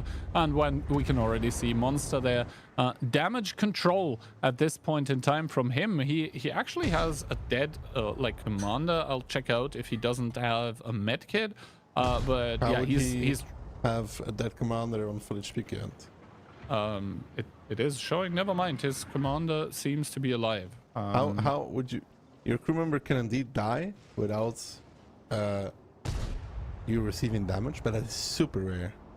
Yeah, I mean, it is super rare, but yeah, not that it matters at this point in time. Monster is gonna get chased down by the hungry wolves of Cashback, and yeah, he is trying to make the game as long as possible. Turns out that's not much longer. Indeed, Cashback, after a quick 2 rounds on map number 1, now all of a sudden they look unstoppable on Hit and Run's map pick. And man, we were talking about it, right? If there's any team that picks up the enemy map 2-0 and then completely like falls to pieces on their own map pick, it's Hit and Run. We're half the way there.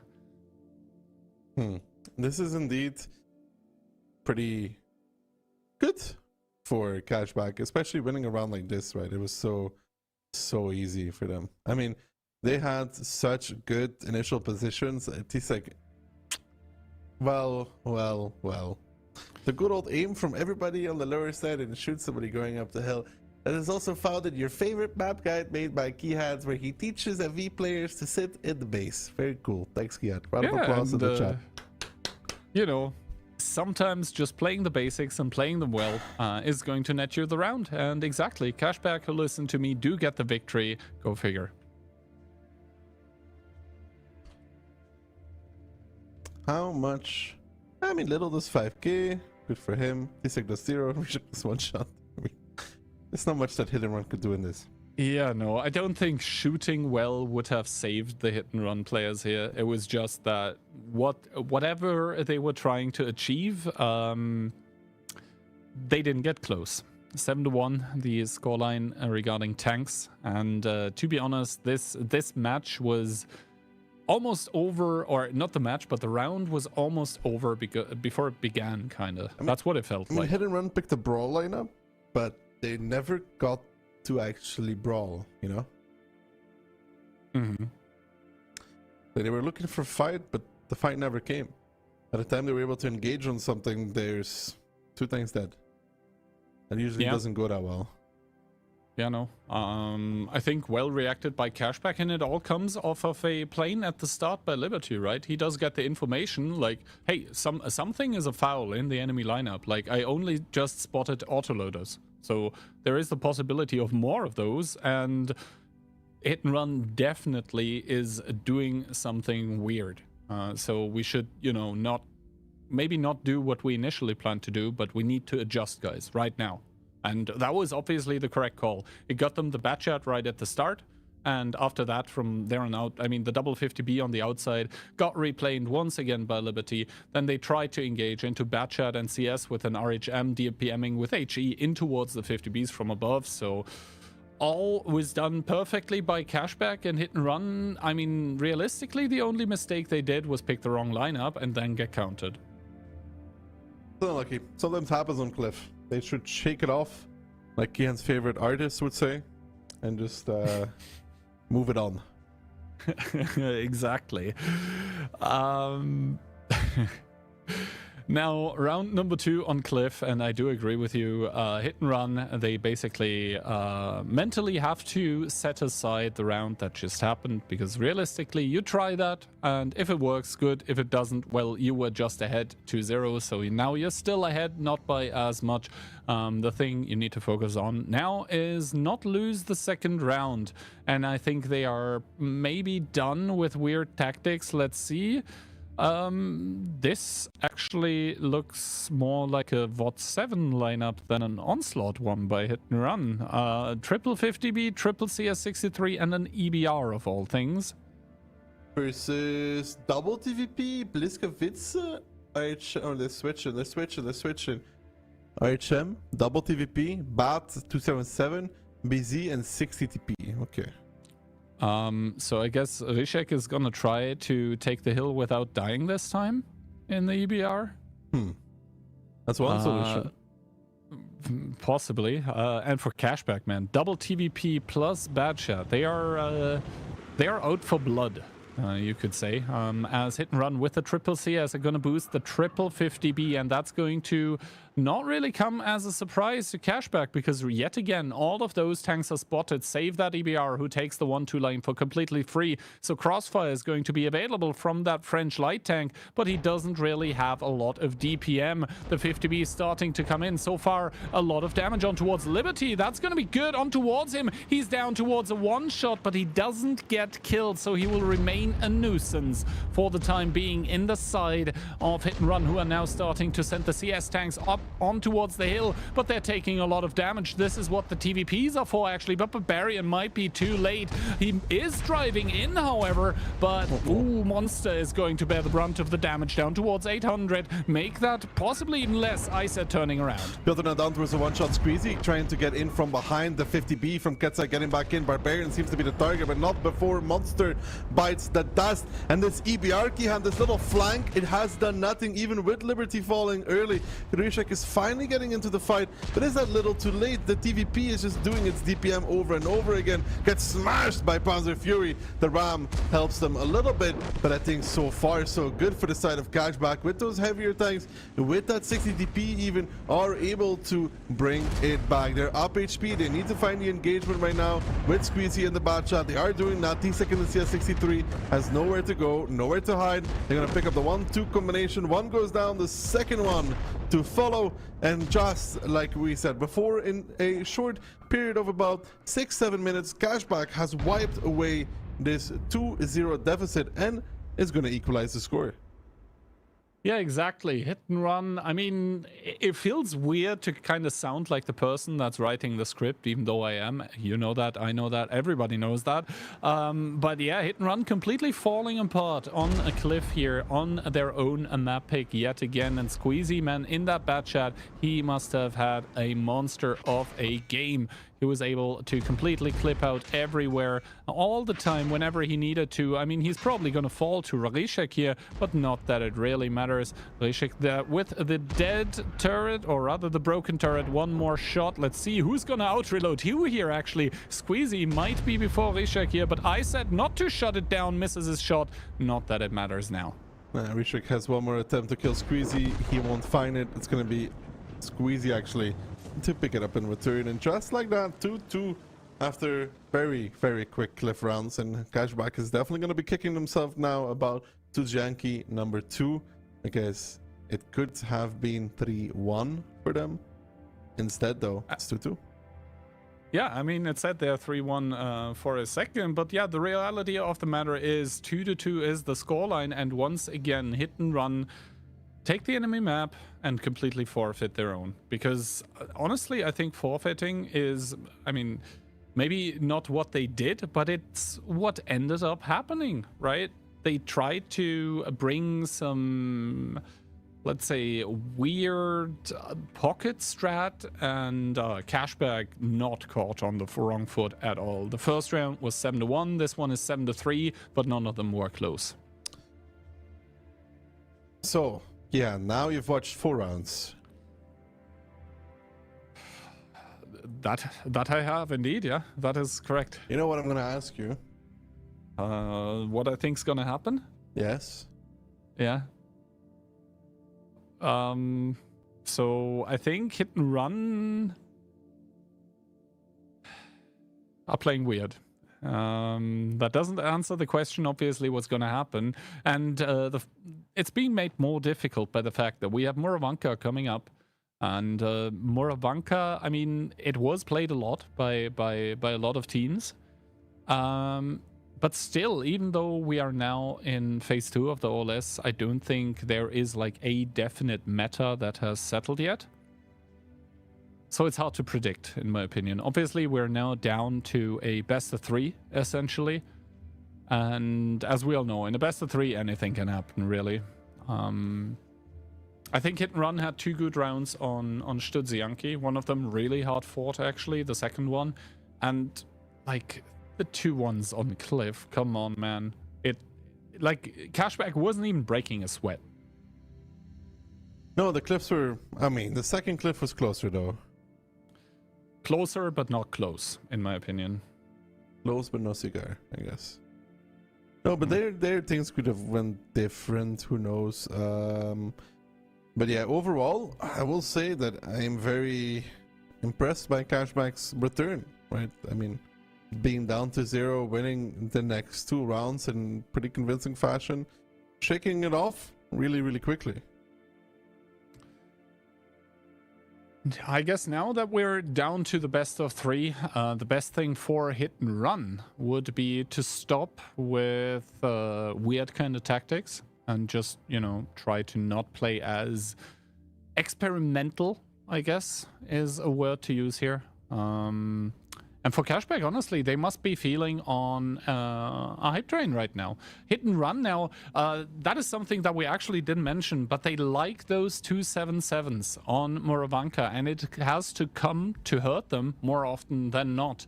And together with one Udas here, so Inspire Medium is going to be available together with double 2684 as well. But 4 277s, that is a lot. Yeah, and it looks like a quick cap attempt, possibly. All right, Shem. Triple Bliska, AX, 277, IS7. Switch that up, RHM getting switched for EBR. For the side of Cashback. If it is a quick cap attempt, they really need to be ready to defend 1-2 line.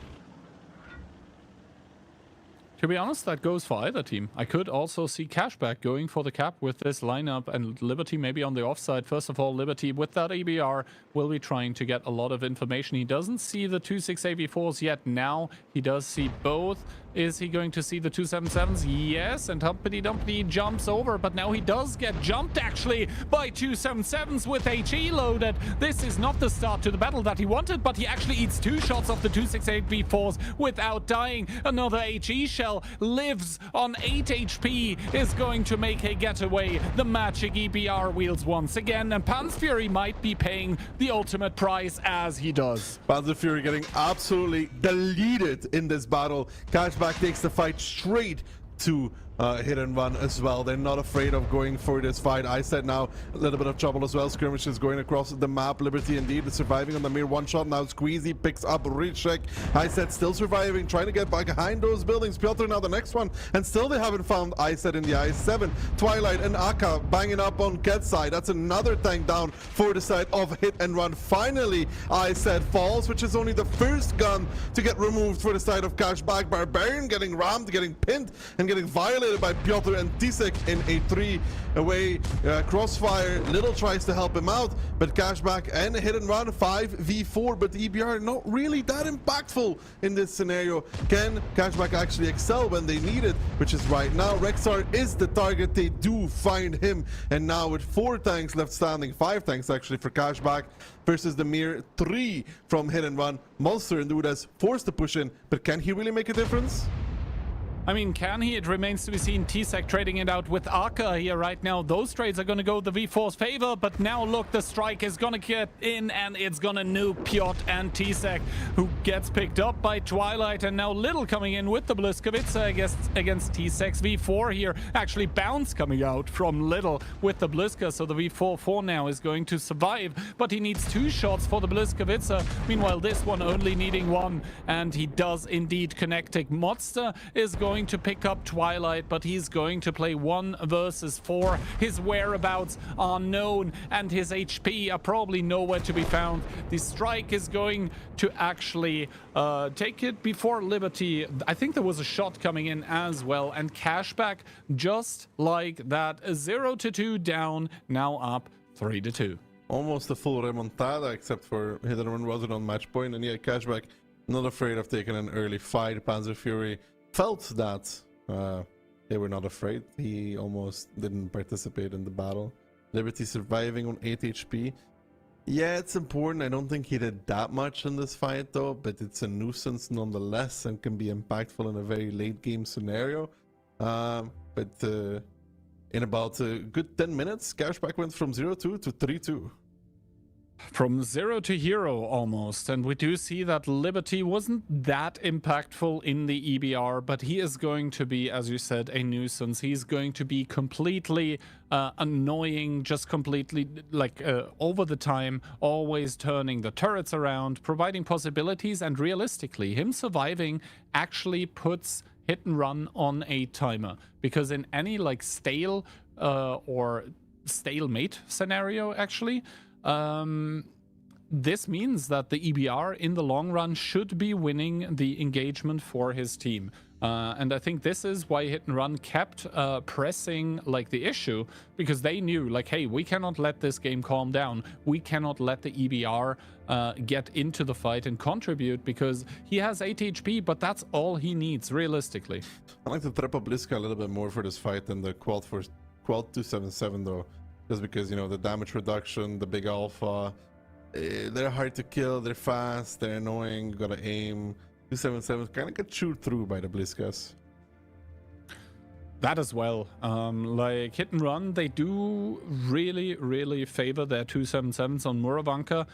Once again, it doesn't really net them a lot of success. So that is maybe something they need or want to revisit. There is a reason, obviously, that they're picking those. It seems to be working out in scrims. We saw it working out before against other opponents, but those other opponents obviously were not cashback. And now one round separates cashback from the full 4 points. They wanted to do it in style, gave Hit and Run 2 rounds, told them you can try and take the third, but you won't be able to so far. Yeah. Right now, after the first 2 rounds, Hit and Run haven't been taking the third. It looks more like a turd from them, what they're playing at the moment. As this match that started off so well for them now has kind of an ugly face that is looking their way. They need to get this next round, otherwise, as you said, it will be 4 points towards the account of cashback, and they will be trying everything that they can to maybe make it not 1 but 3 points for themselves. So Hit and Run, they're going to come in with what looks like kind of a weird lineup at the moment. Let's see if some switches still take place. Monster is going to play the Inspire Medium once again, together with Double V4, Triple 277, and Ketzai in a T57. That's not a tank that we would normally see in Moravanka, normally like Airfield or Stutzianki. They've played that before to play the cap though.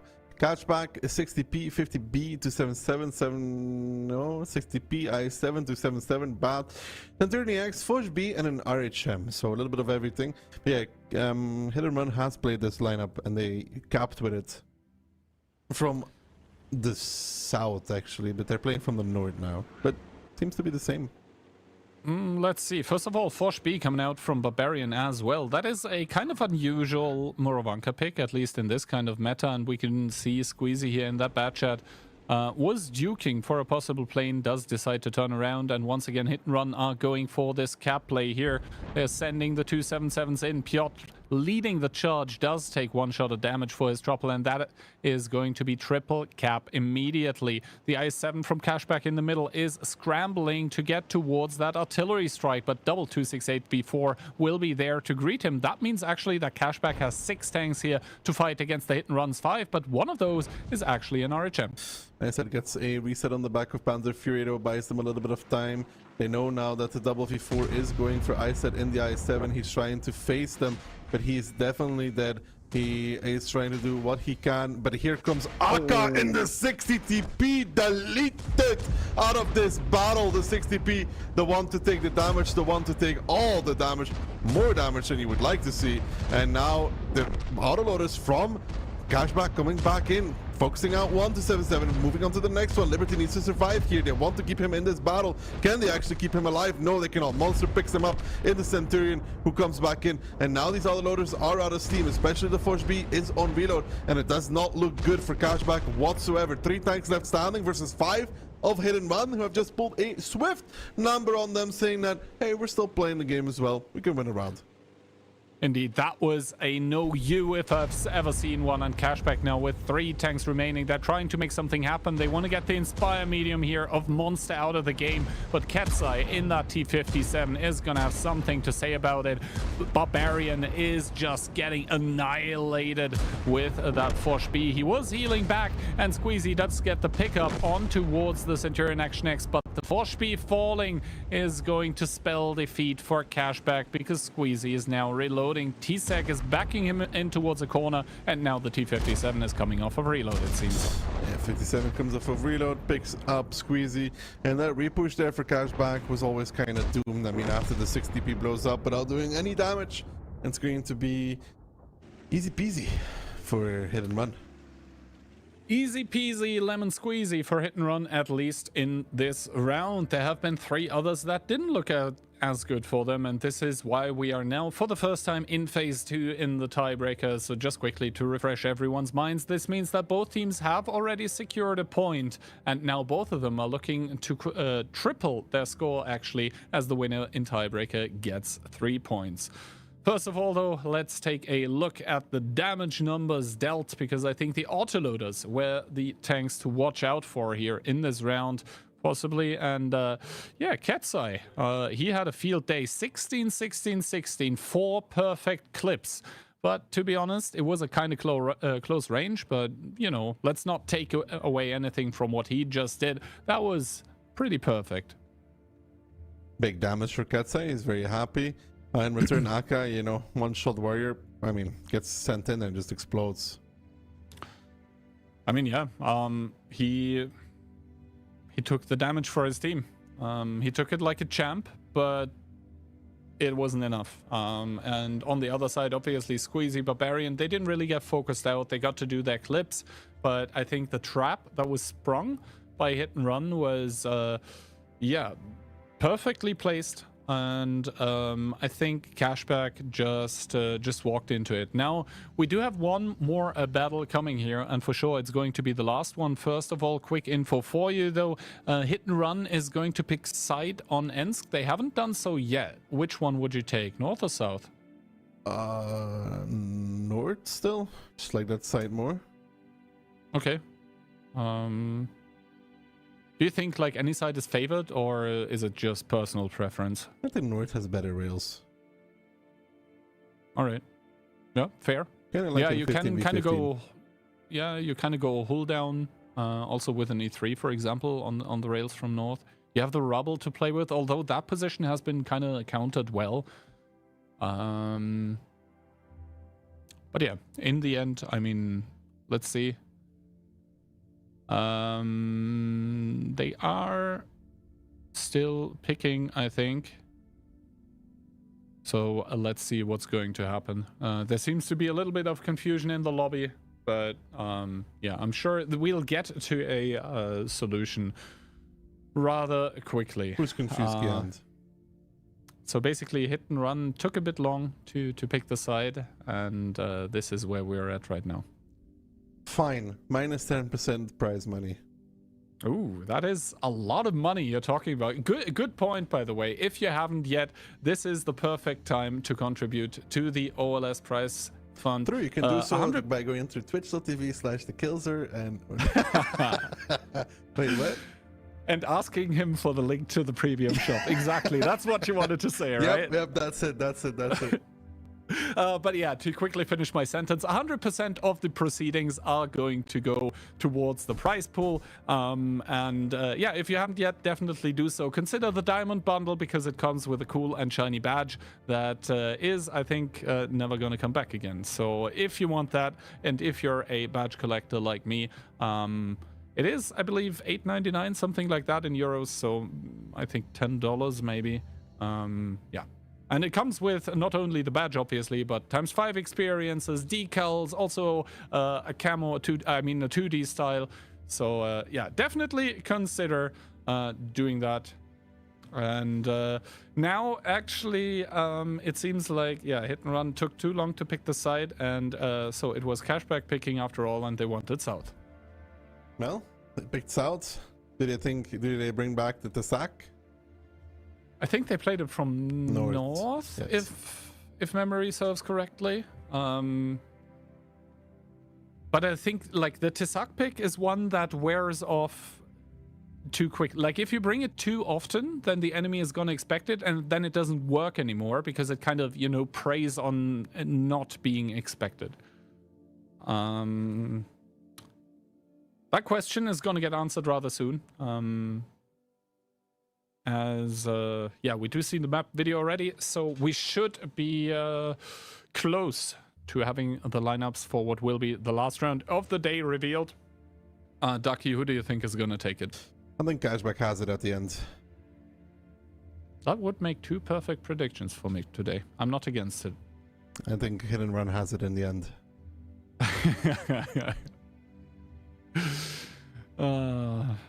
Well, the truth of the matter is going to be found on the streets and corners of Westfield. I think the 705A actually has fallen out of fashion a bit on it, like recently. We have gone more into that Juggernaut TD meta. Sorry, not Westfield, on Ensk. My goodness, it's been a long day. I think I was looking at the green side of Ensk, and then I was like, oh, this is very green. This looks like Westfield. But yeah, anyway, hit and run against Cashback in the tiebreaker of match 3 of day 1 of phase 2 of the OLS. There we go. Quadruple V4 so far. I don't think the V5 is going to stay together with an E4 and a 113 GFT. Indeed, the V5 getting switched for a 705A. Cashback, no, still switching.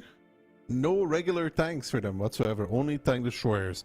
4 to 68 V4s, an E3, an E4, and a WZTD. And come to think of it, actually those those tanks are mirrored, except for the 705A on the side of Hit and Run that gets switched for a V4 being played by Aka on the side of Cashback. So let's go into this last round here. Hit and Run kind of dispersing here. T-Sec with a swing and a miss against, I believe, a Little here on the other side. Aka using the Juggernaut ability to get towards the Arti-Strike quickly, and Little with a good shot in towards T-Sec to start off the game. So slight HP advantage right now for Cashback. And be careful on the field though with that WZTT. Key hand. Piotr there is going to spot out Twilight and Aka, and a Catside taking a shot as well. It's a 3v2 on that side. The moment they realize that, they should start backing off, or they're actually just going to decide to hold in this scenario. Hit and Run, of course, realizing this, is going to start pushing up the 1-2 line. I said bouncing on Rishek, Rishek bouncing in return. Another bounce coming out from Squeezy. Rexar now coming on the outside. On towards Iset, who's backing off, but takes one shot in return. Barbarian coming now as well. So far, blow for blow on this part of the map. But does Cashback feel like repushing this? Because look at their tank hand. They're coming back. Let's see what they're gonna do. I mean, first of all, Rexa is going to get the informational tower as well. That's gonna be full info, first of all, for Hit and Run. That doesn't prevent T-Sec from taking a shot of damage with the Amarak hit as well. He seems to have a repair kit available, though. Monster with a good shot in towards Aka, but now that V4 is gonna push the 705A. That's currently trying to get a bit more HP here as T-Sec once again peeking, taking, though, without ability active, one from Aka, and now Monster starting to peek out because behind him is Little. I think the team captain of Hit and Run is kind of in a pickle here. He does get pincered. He does get pincered, but more tanks coming in now. Twilight from behind. The tanks from Hit and Run are a little bit trailing at that moment in time in their movement. Little gives one. Barbarian should finish, but not before Monster does one more. First kill goes the way of Cashback. Now Ketsa and Piotr still very far out of this fight. Only Liberty facing them on the rails. Good shots there though from both those Hit and Run players, dropping Liberty towards a one shot. But now you can see though Hit and Run starting to run out of tanks in the city area. Panzer Fury falls. Rex are now surrounded. Didn't have ability activated for a while. Their reader makes it, so he's very low HP. Barbarian trying his best to survive. He's not going to reload before Rexar does. Piotr is actually picking up Liberty. Can Rexar pick up the kill on Barbarian? No, Barbarian gets it first. Aka down towards a one shot as well, but Hit and Run down towards 4 versus 6 from Cashback on Ensk. Rishek trying to make it even though, picks up another kill. Piotr getting Barbarian. It's a 4-on-4 now, but still Cashback lead in terms of HP, lead again in the tank department as well, and it looks like they're just a little bit too healthy for Hit and Run to come back in this one, but they're gonna give it their best though. Yeah, it is a brutal blow-for-blow fight right now, but currently Cashback with the upper hand. They still have that E4 that can come in so handy with that turret as Piotr gets shut down. Rishek chasing after Squeezy, but holding getting held actually by Squeezy for Little and Iset to come in, and Rishek, he doesn't seem to have ability at this point in time. All of a sudden it is a 1 versus 4 for Katsai that has been doing wondrous things in this best of 7 here so far, but not this time. Little to shut it down, to shut it out. Cashback does get the tiebreaker victory, 4-3 for them, and I believe they do even get the revenge for the 3-2 that happened in favor of Hit and Run in phase number 1. Good stuff from Cashback. They get 3 points. They would have liked 4, but ultimately they get ahead in this clash for the top positions. They're going to be happy that they won nonetheless. They have some thinking to do about the Stujanki, where it all went so very wrong for them. But overall, coming out ahead, I think deserved again. Yeah, I think so too. I think Hit and Run were just trying to get ahead of themselves with mainly the cliff pick by them, which is going to leave a few of us, including the Hit and Run team, a bit confused. That I think just was not it. And on the other side, Cashback, I mean, starting off with a 0-2, still winning in tiebreaker 4-3, they're going to be happy. They should be. I mean, coming back from 0-2, then winning the next 3. Okay, they dropped 1 on Muro, but they're getting the points and they're beating a top contender. It's always motivation to beat another team, right? Especially when it's one that is going to be on the top of the leaderboard. Indeed. Top of the leaderboard probably for Cashback. I think we will have the complete updated leaderboard soon, where we will be able to see all the standings that are being said and done. First of all, there is the little announcement, we already shared it on Sunday, but on October 15th, that is the Tuesday after the finals of OLS and OLF, and yes, there is a lot of O at the start abbreviations right now, we'll have the OLS Season 2 relegations, where teams from the OLS and OCS, that is the second league, are going to be battling it out for those juicy spots in the OLS Season number 2. Yes, guys, it's happening. It is indeed happening, which is very cool, Kihan. Can't wait to cast with you again. The same from me, and you know what? The best thing is that's going to be happening on Thursday already, so less than 48 hours away. See, if I stay up, we are going to be back. If I stay up and don't sleep tonight, and I only have to sleep once to be back with you. Oh, that sounds so romantic. Yeah, very much so. And the same goes for all of you viewers, by the way. If you stay up tonight and, you know, you make it through the day tomorrow, you only have to sleep once until the next time that we are going to be back with OLS. First of all, the second announcement, though, a little bit more into the future, but the Clan Showdown is making its comeback on the EU and NA and Apex servers. I think it's been quite a while for the Apex server especially. It's going to be happening on the 2nd and 3rd of November. Those are going to be the playoffs, by the way, so obviously the usual shenanigans with qualifications and group stage are going to be happening before that. So all of those enjoyers of 15v15 action are hopefully going to be happy about this announcement. I would assume so. Yeah, I would assume that they're going to be happy about an announcement. I am. More time spent together. And now we'll take a look at the updated standings. Storm lead the pack with 1 point difference over Cashback, because, you know, Storm took the 4 points. And Hit and Run is number 3 points behind Storm now.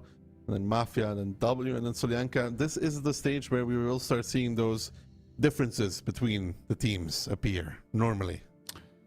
Yeah, right now things looking pretty comfortable for Storm and Cashback. Hit and Run and Mafia arguably so as well. And for W and Solyanka, every single match day from now on is going to be an important one. Not all is lost yet. I mean, the second phase here of the OLS does consist of 5 play days, because with 6 teams in a round robin, you need 5 days to play everyone once already. Sorry, not 12, 16 more points up for grabs for W and Solyanka.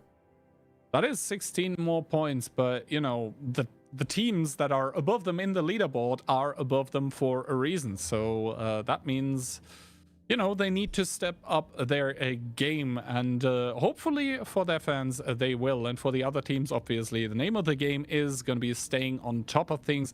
That all being said and done, I think we have just about reached the end of the stream. That means if you didn't see it in chat in the announcements already, obviously, like every day, basically, that he's here, we're going to be rating this smiling dude to my right here, going to be obviously, and of course, you're going to be able to keep claiming the OLS drops there. That being said, thanks very much from my side, not only to you, Ducky, but obviously also to the people behind the camera, to the players for providing also awesome content, and last but not least, to you, dear viewer, because without you, well, we frankly wouldn't be here doing this. And yeah, thank you very much. Ducky, last words to you. The storyline begins. Can W and Solyanka save themselves, or will they drown just like the Titanic did? We will figure it out in the next few playdays. I'm excited to see so. I hope you guys as well. We will see you guys all on Thursday for more Onslaught Legends Series, but for now, I wish you all a good night and see you soon.